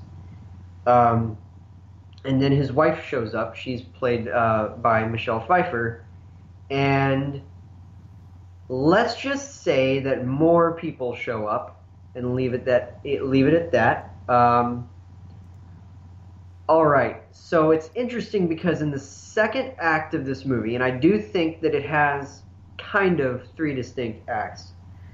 In the second act of this movie, and Chase is probably going to be like, what? This becomes an actually kind of a really sly comedy. I can't really describe why without giving some stuff away, but yeah. And then it becomes something else entirely. Okay, so I will actually agree with you, oddly enough, because there were a lot of like darkly comedic moments in this, which I actually think is Darren's style of comedy. Yeah. Basically what it is this housewife who gets a bunch of intruders in her house sitting on her, precious things that she's trying to fix, and it becomes very funny in a dark, kind of acerbic way. It isn't sarcastic, it's just very blackly comic. And It was surprising to me, but it makes sense because of kind of what he's kind of ribbing the whole, housewife who is extremely stressed kind of vibe in this second act. And then it shifts. Okay, so Joel, I'm gonna stop you because I feel like if I'm we both, I'm not going any further. Yeah, if we both say any more, like I have a feeling something will blur it out. So I will tell you this, and I'm gonna ramp it up as well as I can because this film, there's a lot to talk about. So I actually think this idea for this film started when he was shooting The Fountain. Now bear with me here. First of all, I would say The Fountain is his kind of like going back to his pie roots, where it's more experimental and he's dealing with a bunch of like heavy, theology and just, life in general. And he deals with a lot of timelines in that movie. And so I have a feeling this idea kind of came about, while he was working on The Fountain, and also because Rachel Weisz was in the film. Now, what does that mean exactly? Rachel Weisz and him used to be married. They have a child together. Obviously, things did not work out. Darren has been on record saying that he went through a deep depression. And I think working with like The Wrestler and Black Swan, he really kind of dug into, his, filmmaking roots a little bit and, created some pretty visceral, like grounded pieces of art. Now, Darren is a well-known atheist. And so when he did Noah, this is pretty much him doing his interpretation of religion. And like Joel said, it was an interesting film. And so at this point in his life, he's going through some, internal stuff. Now, there's one sequence in Noah that's still one of my favorite little shots I've seen in the 21st century. I know it's really weird, but I still remember it even when I saw it in theaters. And it's when they're describing the history of man and how violence has never really changed. It's the same for every generation. And there's this really cool silhouette shot of like a man falling with like a weapon going into his chest, and he's changing like outfits to highlight the different eras. Okay, that's cool. He's basically saying that humanity's a dick and we never change. You take that little silhouette and you basically sort of come up with the idea of Mother, where, we have these two people interacting with other humans, and let's just say there's a lot to go off of there. So Mother has come around, and I will tell you that it's on two different thoughts. Technical, and basically what we think of the blatant pretentiousness of it. So I will say that all the positives of this film lie with the technical. So let me explain myself. As far as a technically made film, it's pretty good. I like the camera work in it. I actually think it provides this... Joel actually said it when we were talking about downsizing, this kind of like fantasy realism a little bit to it. It almost feels like this inherent dream that like devolves into a nightmare type of scenario. So the cinematography kind of complements that, and it really kind of captures this little world.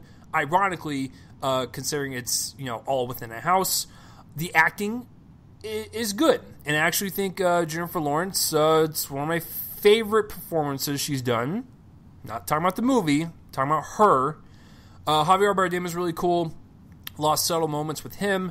Ed Harris is kind of wonky in the film, but whatever. Michelle Pfeiffer was really cool. Couple of other people pop up. It's kind of surprising. That's all I'll say.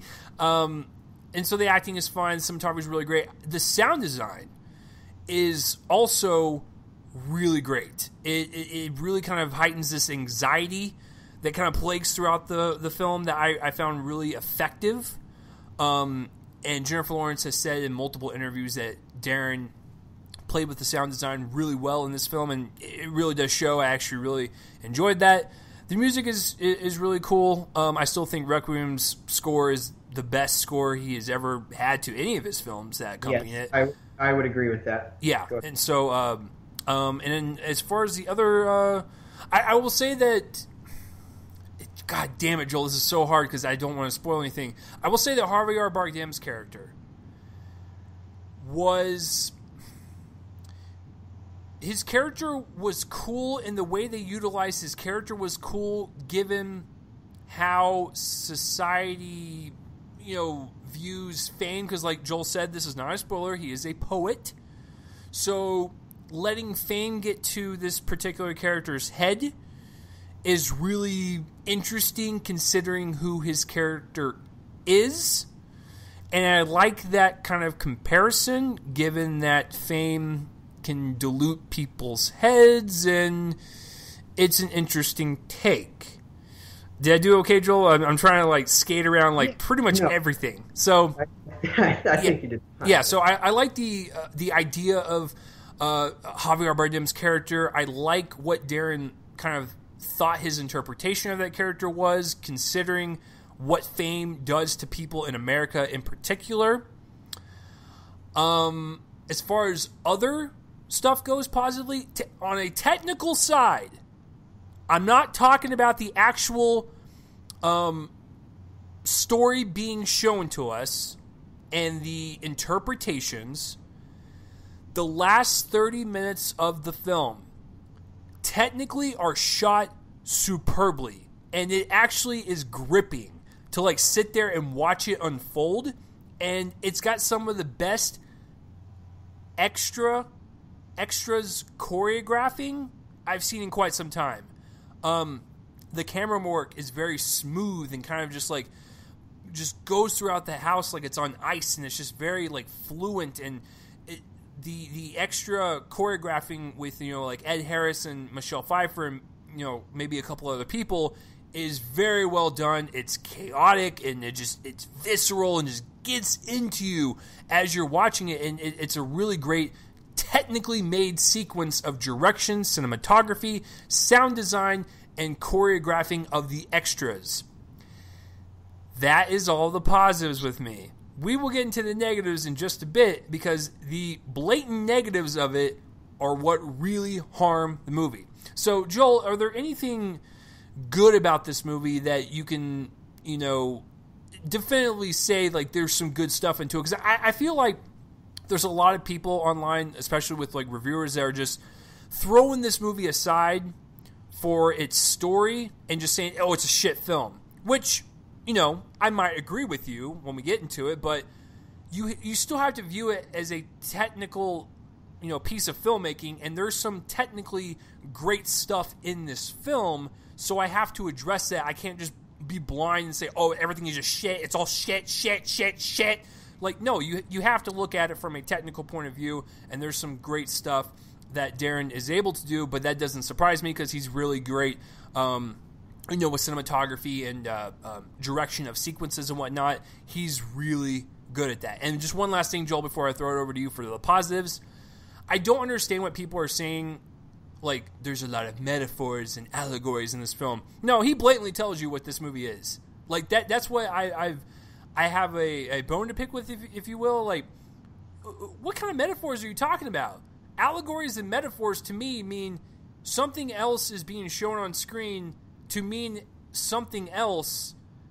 Like, they're basically the same thing, but, like, it's not, like, blatant. It's not, like, apparent, like, abrasiveness in your face type of deal. So that just irks me because there's no metaphors in this. Darren specifically tells you what this movie's about and what he views on it. So I just had to get that off my chest. So Joel's positives with you. What are you thinking? I think we might end up having different grades. Ooh. Yeah, I liked a lot about this movie. Particularly the first, second acts. I think that the building tension in the characters is really well conveyed, both through performances. I think that Jennifer Lawrence is tremendous here. I think it's her best work. And from Javier Bardem, who I think is quite good, especially as the film gets crazier. Mm-hmm. And, I think that I had a lot of fun with Ed Harris. I think, like you said, he's kind of wonky, but it's a fun performance. And even more fun is Michelle Pfeiffer, yes, who has this eye roll in this movie that is just about the most superb example of indifference I think I've ever seen, and by an actress in a movie, probably since whatever last eye roll she had. She's like the best eye roller in Hollywood. So particularly the first and second acts. I think the first act is a neat little build up to the second act, which is, like I said, this very sly comedy that is sort of a comedy of manners, where Jennifer Lawrence is trying to control this house that she's trying to renovate. Mm-hmm. And these strangers make a lot of assumptions, and she's having to break those down. It's not a ha-ha comedy, of course, and that's not what I'm talking about. I'm more, I guess, talking about Shakespearean comedy, where it's very dry a lot. It's very straight-faced comedy, but it is very slyly funny. And so I had a lot of fun with that. I think that without giving anything away, that the ideas in the third act, whether you want to call them metaphors or straight up, telling us what's happening, I think the ideas in the third act are very interesting. Now, okay, so let me refute that for just a second, Joel. Sorry to cut you off. I agree, they are very interesting. It's just a matter of how they're presented that I have a problem with. Yeah, and there are two separate ideas there, and I'll get into that with some of the negatives that I have later on. But I will say that this is the weirdest movie ever to be opened in more than 2,500 theaters that I can think of. I agree. Probably, pretty much this. I was about to say either this or A Cure for Wellness, but it's probably this, and it's kind of close between the two. And similar strengths and weaknesses, actually, in those movies. But anyway, I think that this is a movie that is impossible to deny in terms of the fact that the experience is ridiculously insane. Yeah. And I think that it's going to be hard to sell people who haven't seen the movie on just how insane it is. Because people always downplay automatically anything that they are told is insane. I've told people movies are insane. They're like, oh, okay, well, I'll give it a shot. And they come back to me saying, that's insane. Why didn't you tell me? I was like, I did tell you. So let's just say right now that Chase and I are both telling you this movie is bananas. It is completely nutball. It is one of the weirdest movies ever released to a wide audience. I don't know how they managed this. I really don't. I actually have a theory. I'll let you get done with your positives, and I will actually give praise to a shit movie here in a second. Okay. Well, yeah, like I said, we're gonna have a different rating. So yeah, it's such an interesting experience to watch unfold. It doesn't always work, but I think that it is strange. It's odd. I think that we need more movies like this. Mm-hmm. Maybe ones that work better, possibly. But I think that it goes balls to the wall, and that's kind of the best thing that I can say about it. And that's going to contribute to my rating a lot, because I think that there are a lot of really ballsy ideas in this movie that Darren Aronofsky, even for the director that he is, are pretty brave. And he's always committed to he his is ideas. And here I think that he is committed to a type of interesting kind of, there's an opaque quality to this movie that makes it hard to pin down, but that only appeals to me more. Now I know that this is weird in the face of the fact that I hated Requiem for a Dream, which is also a very, there's a lot of taboo material in it. It's very experimental. I would argue that it's another one of his experimental movies. There's a lot of interesting editing tricks. I couldn't stand anything about that movie, but it's sort of similar. This is in that vein. This is actually the first movie since then to get an 18 in the UK, which I found interesting, of his. And anyway, so I think that on the technical, level, where if we want to talk about that, the cinematography is stunning. I think that it's some of the best work this year. Yeah. I believe he shot it on film, didn't he? I mean, it looks like it's me. Yeah, I believe he did.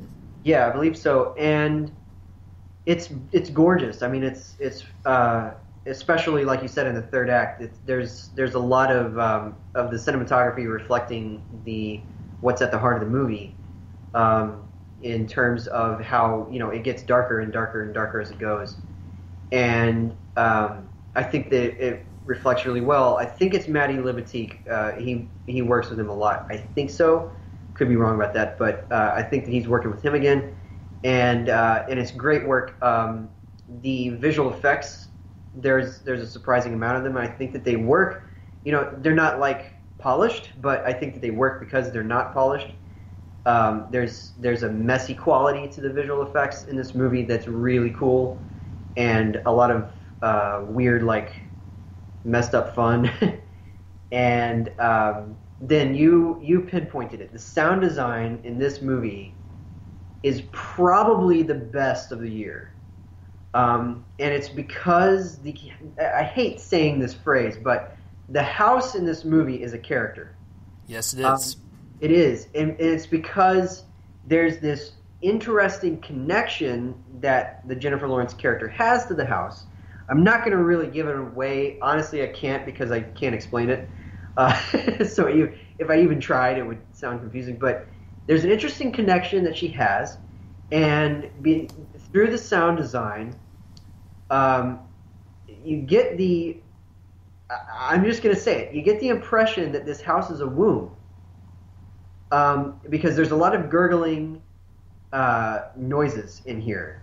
And, you listen in on a pregnant womb, and it sounds like this house. Just the gurgle, the different, things inside a body kind of working together, and it's gurgling. There's a lot of, fluid. And in this house, there's this inner portion of it that is gurgling and moving around and settling a lot, and it's so fascinating. And Aronofsky really cranks it up. Even the utensils in the house are kind of part of it. There's just a lot of sounds at work here, and it's fascinating because it's such a distinctive sound design, and I love that. And the technical aspect is where I'm getting a lot of my appreciation for this movie, and the acting, and just the ideas.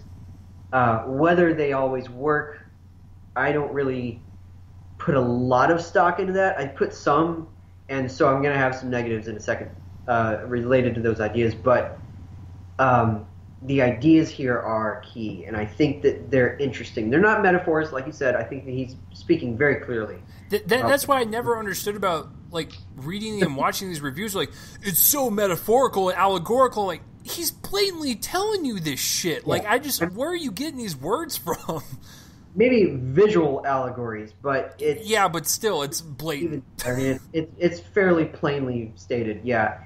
And there are a lot of interpretations to be had from the narrative, but they're spoken plainly to the viewer, absolutely. And, like you said, that there's an element of fame here, there's an element of religious imagery, there's a comedy of manners involving, just kind of a stressed housewife. And, he did a similar thing in Black Swan, where really at the core of it is that character's kind of stress about getting all the movements to the Black Swan dance right. Here, it's like intruders in the house. That's kind of at the core of this movie is, once you get past all the religious symbolism and the fame stuff, that's at the core of this, is her character. And that's why we're latched to this character and not the Bardem one. Correct. Because the core of it is a woman's concerns about everybody being in her house. She's trying to do work on it. And it becomes really funny. And that's why I'm labeling this partly a comedy, is because it becomes really, like, slyly funny. The reactions as they become more mannered and more, or less mannered, I should say, less mannered and more desperate, it becomes funny because she's always on these people about getting out of her house. No matter how crazy the plot becomes at the end, she's always pointing it out. Please get out of my house. And it's just really funny. And so those are my positives. That it's a very ballsy movie. Yeah, and I think that's perfect to segue into this. And before I get into that, I think the best way to describe the sound design is imagine this movie as humanity, anxiety, nightmare, like a car, and the sound design is the fuel. So that's the way I would describe that. Like, it pushes the narrative along, and it's just quite fascinating that there was so much effort put into sound design. The Academy needs to pay attention to this movie. The members of the sound editing and mixing branches, or branch, I guess it's one sound branch. They need to pay attention to this movie when they're voting, because the sound design is integral to this movie. Yeah, and I totally agree. Love there.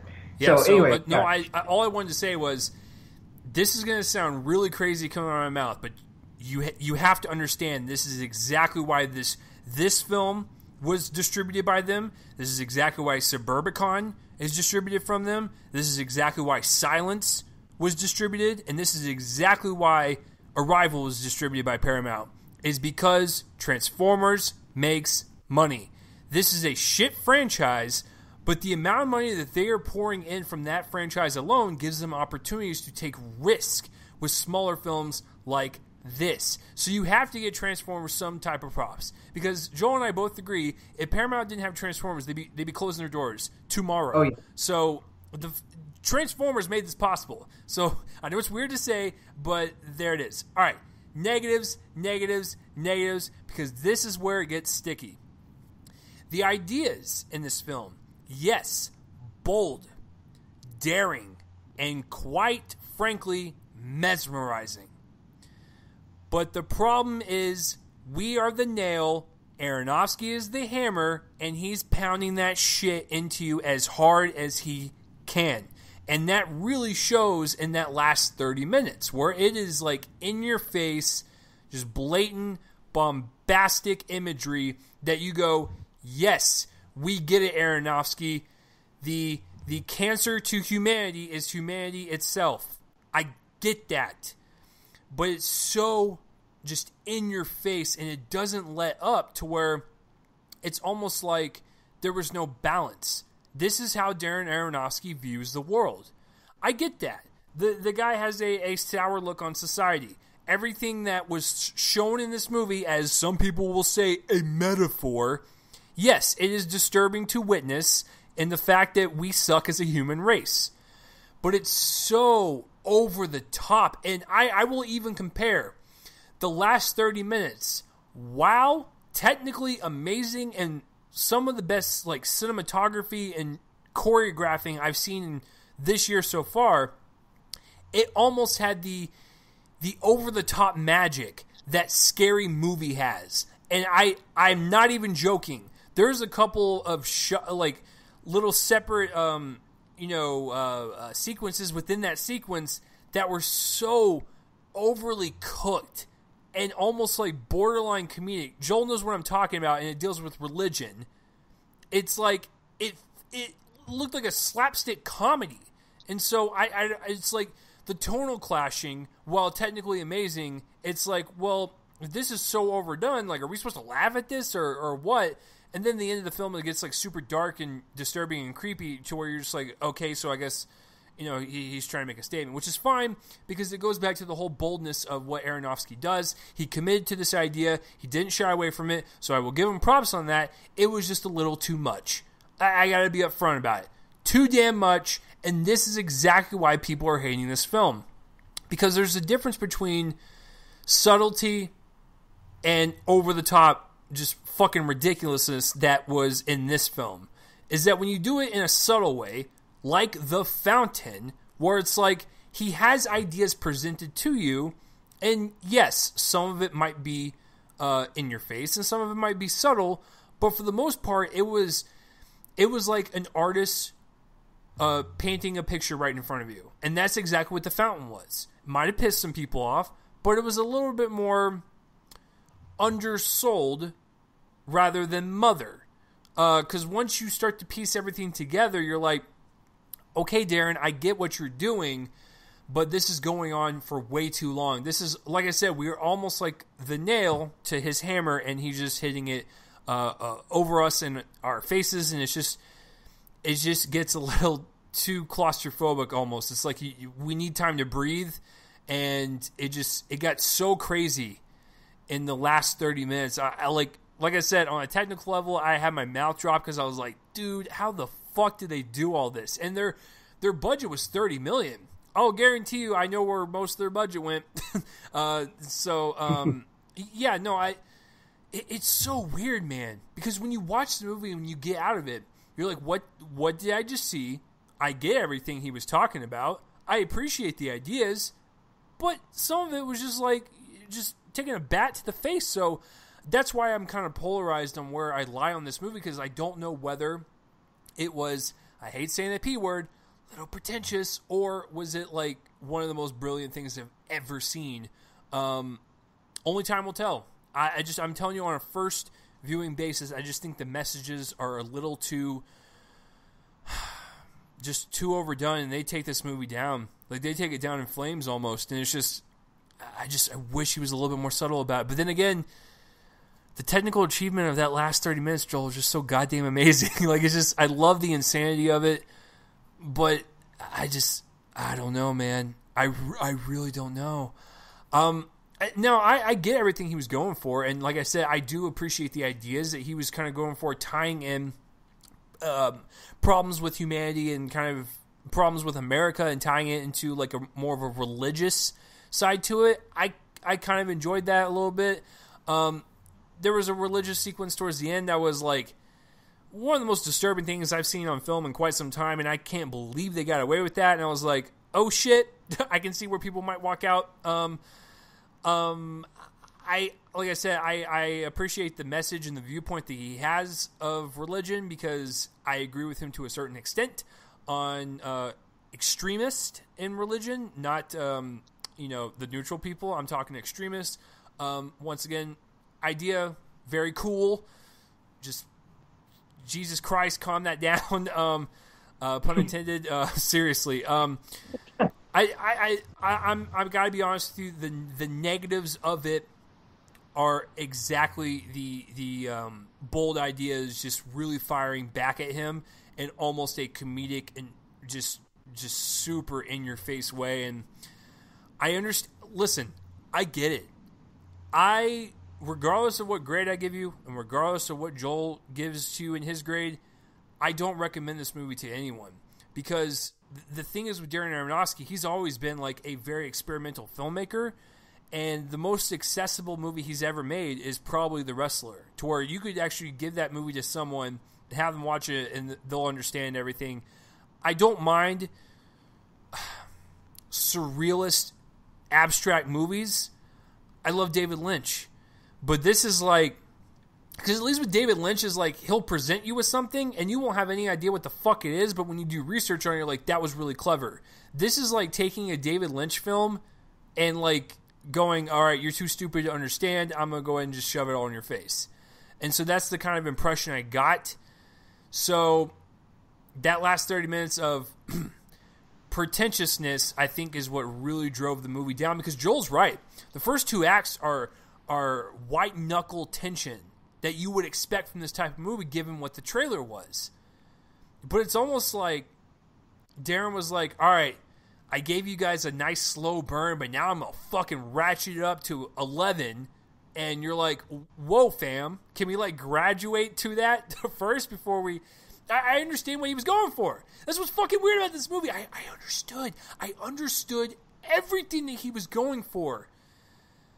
But god damn, is it such a bleak look on society and humans? And it's like, I get it. Let's show some balance. I don't even know. Joel, I think I've made my point. I can't even, like, express to you any more about the negatives, because I really do think the ideas are what bring him down inherently. So, do you have a different spin on this? Am I making any sense? What do you got? What do you got for your negatives? No, you're making sense. I think that it's tough, dude. It's fucking tough to talk about this movie. It really is. I mean, without it would almost require like a spoiler discussion, but I also don't want to do a spoiler discussion because it's such a weird experience. So I think less than pretentious. I hate that word, but I guess if it's gonna describe anything, I guess it would be the third act. But I don't think it's pretending more than maybe him rushing through a lot of ideas. Yeah, because it does get a little too overbearing with all these ideas, because he does tackle humanity, religion, environmental shit. Like it's a lot of stuff. It's a lot of stuff, and it's a lot of stuff at one time. I mean, it's just there, and it's kind of sometimes cruel too, because there's some really dark stuff in this third act, and it's tough because I totally understand everything you're coming from. I think I liked it more because of the riskiness of it all. And I know that it's, obviously it's easy to admire something's riskiness and harder to get behind something that's risky without the emotional component behind it. And I think that this movie does kind of suffer from the emotional component issue, because it's just so, again, just rushes through a lot of ideas at the end. You don't really connect to anything, except for maybe the Jennifer Lawrence character. But it's more of a visual experience rather than an emotional experience. Yes, exactly. And I think that it's one of those where I admire it more than I like it. Yeah, but I am gonna give it a positive rating. And I will say again, without giving anything away, there are a lot of people confused about whether this takes place in reality, and I'm just gonna say that the final shot puts a kibosh in that question. Yeah.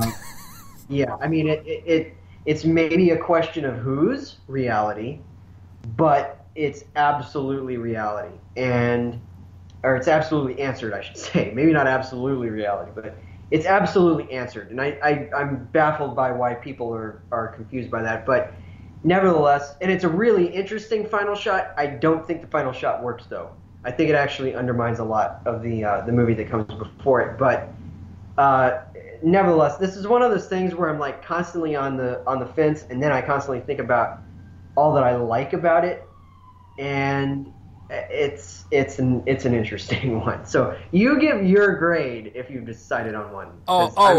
Fuck no! Like, cause like the thing is, I just gave you like this 40-minute spiel on everything, and I still don't know what I fucking want to give it. Like that's what, like I still don't have a grade for this, and we're recording this live, so I have to come up with something.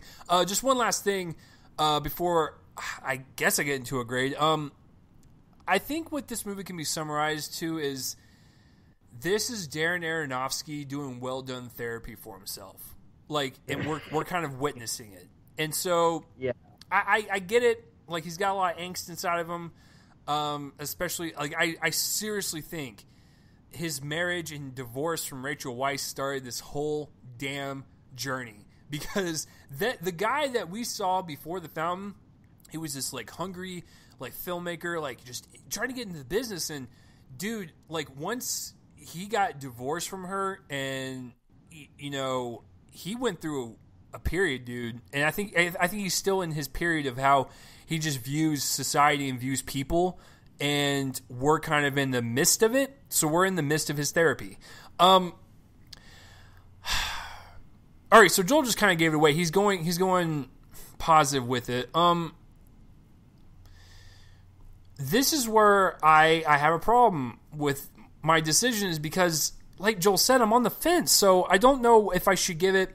This is where I'm thinking anywhere from a D+ to a B-.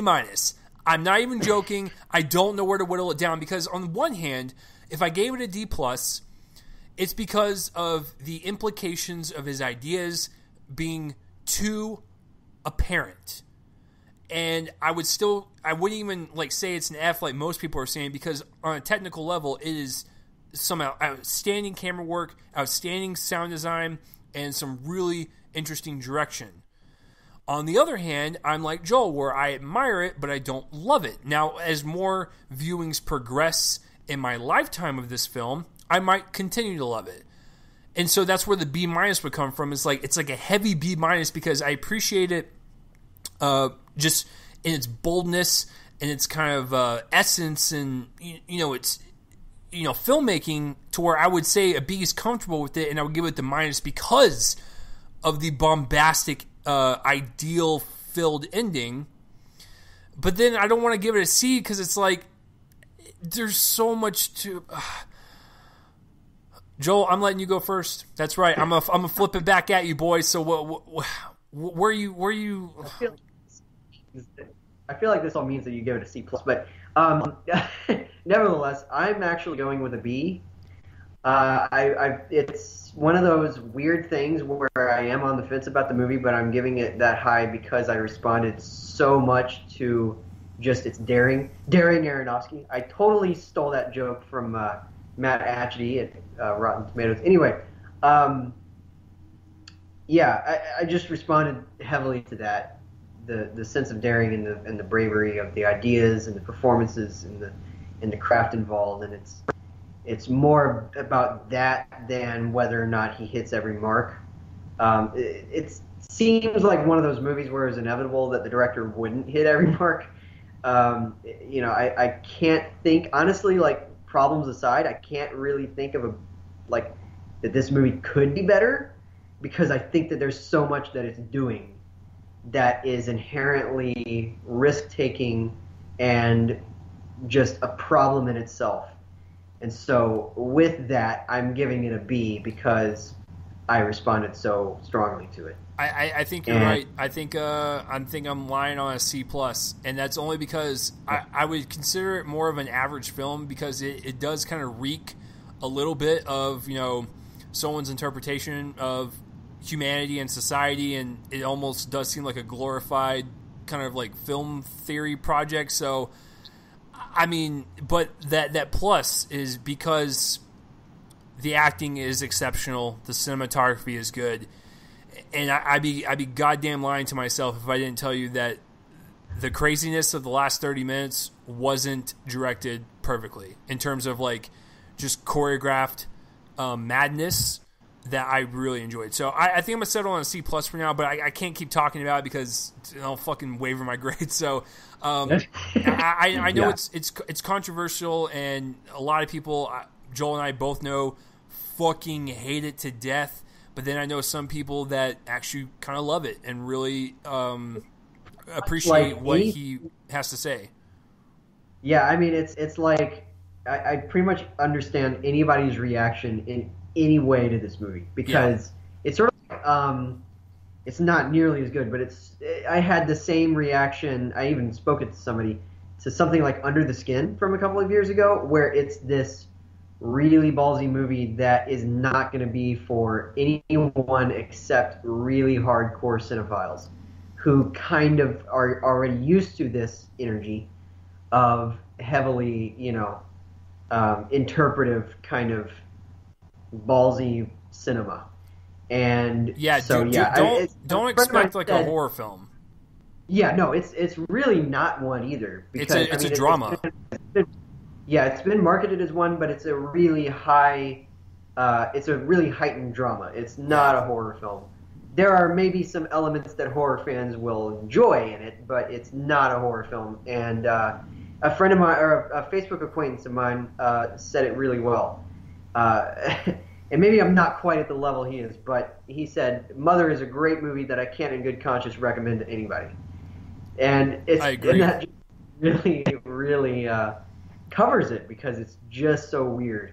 And so anyway, don't come commenting on the section saying, I can't believe you didn't tell me how weird this movie is, because we just spent about 45 minutes doing that. Yeah, no, trust me, this movie is fucking strange, and if you've never seen Aronofsky's work with like The Fountain or Pi or Requiem, then yeah, I won't even recommend this as a rental. Like, if you love experimental filmmaking and you want to see some crazy balls out shit that would never in a million years play in like a wide audience, like what Joel said, with like over 2,000 theaters, then sure. If you want to try something kind of out there and very super independent, just kind of watching an artist kind of do his thing, sure. But I would never recommend this to like a person that sees 3 movies a year, ever. A friend of mine started at exactly the point that you're talking about, where before this year he had only seen Noah and the Wrestler.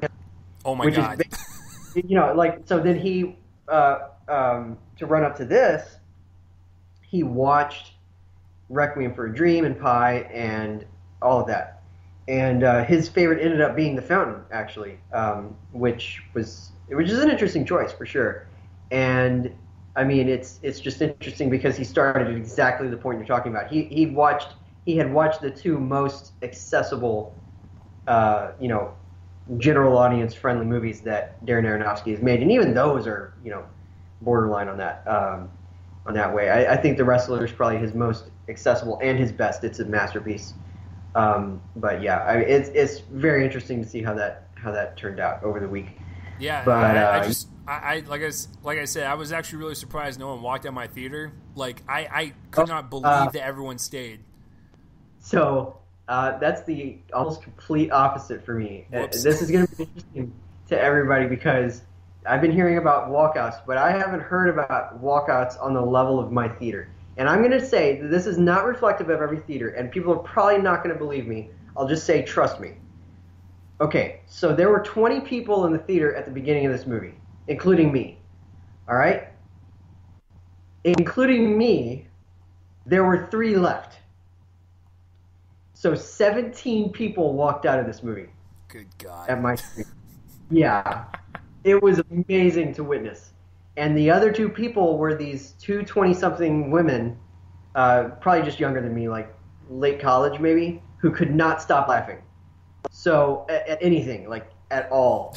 I told you the ending sequence does play out like a scary movie skit. Like it's yeah, it's amazing. So yeah, all right, I just wanted to one last thing, and we'll get into the box office. Just when you see the budget is $30 million, you're like, really? They're all in a house, and that's all it is? Trust me, That last bit in the movie, that's where all the money went, and I could not believe what I was watching. All right, we're done. All right, so what did you guys think of Mother? Exclamation point. Please let us know down below, and let's get into the box office. Speaking of Mother and American Assassin, Joel, those are your two movies that have come out this weekend. Would you like to take a wonderful stab in the dark as to what the top 5 is? Goodness. Okay.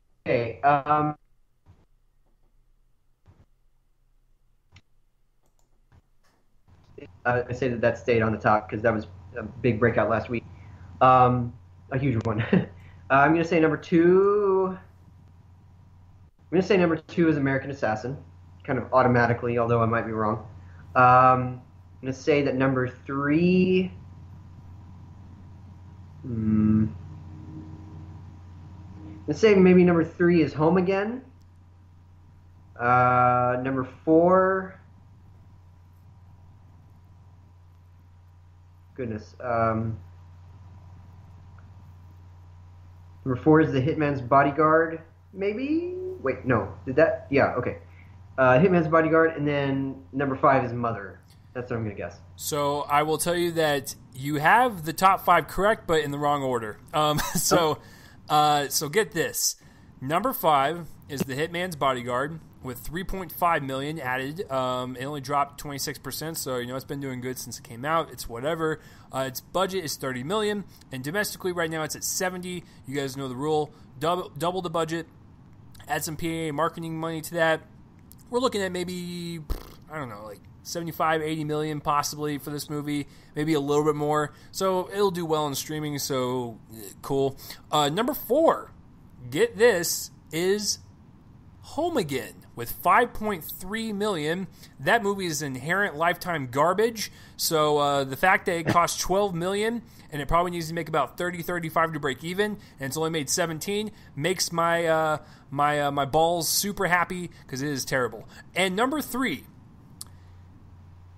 is Mother with $7.5 million. I can't believe it made that much. Especially with something as divisive as this and with the cinema score of like fucking F or whatever. It seemed like audiences hate this movie, so it's made $13 million worldwide.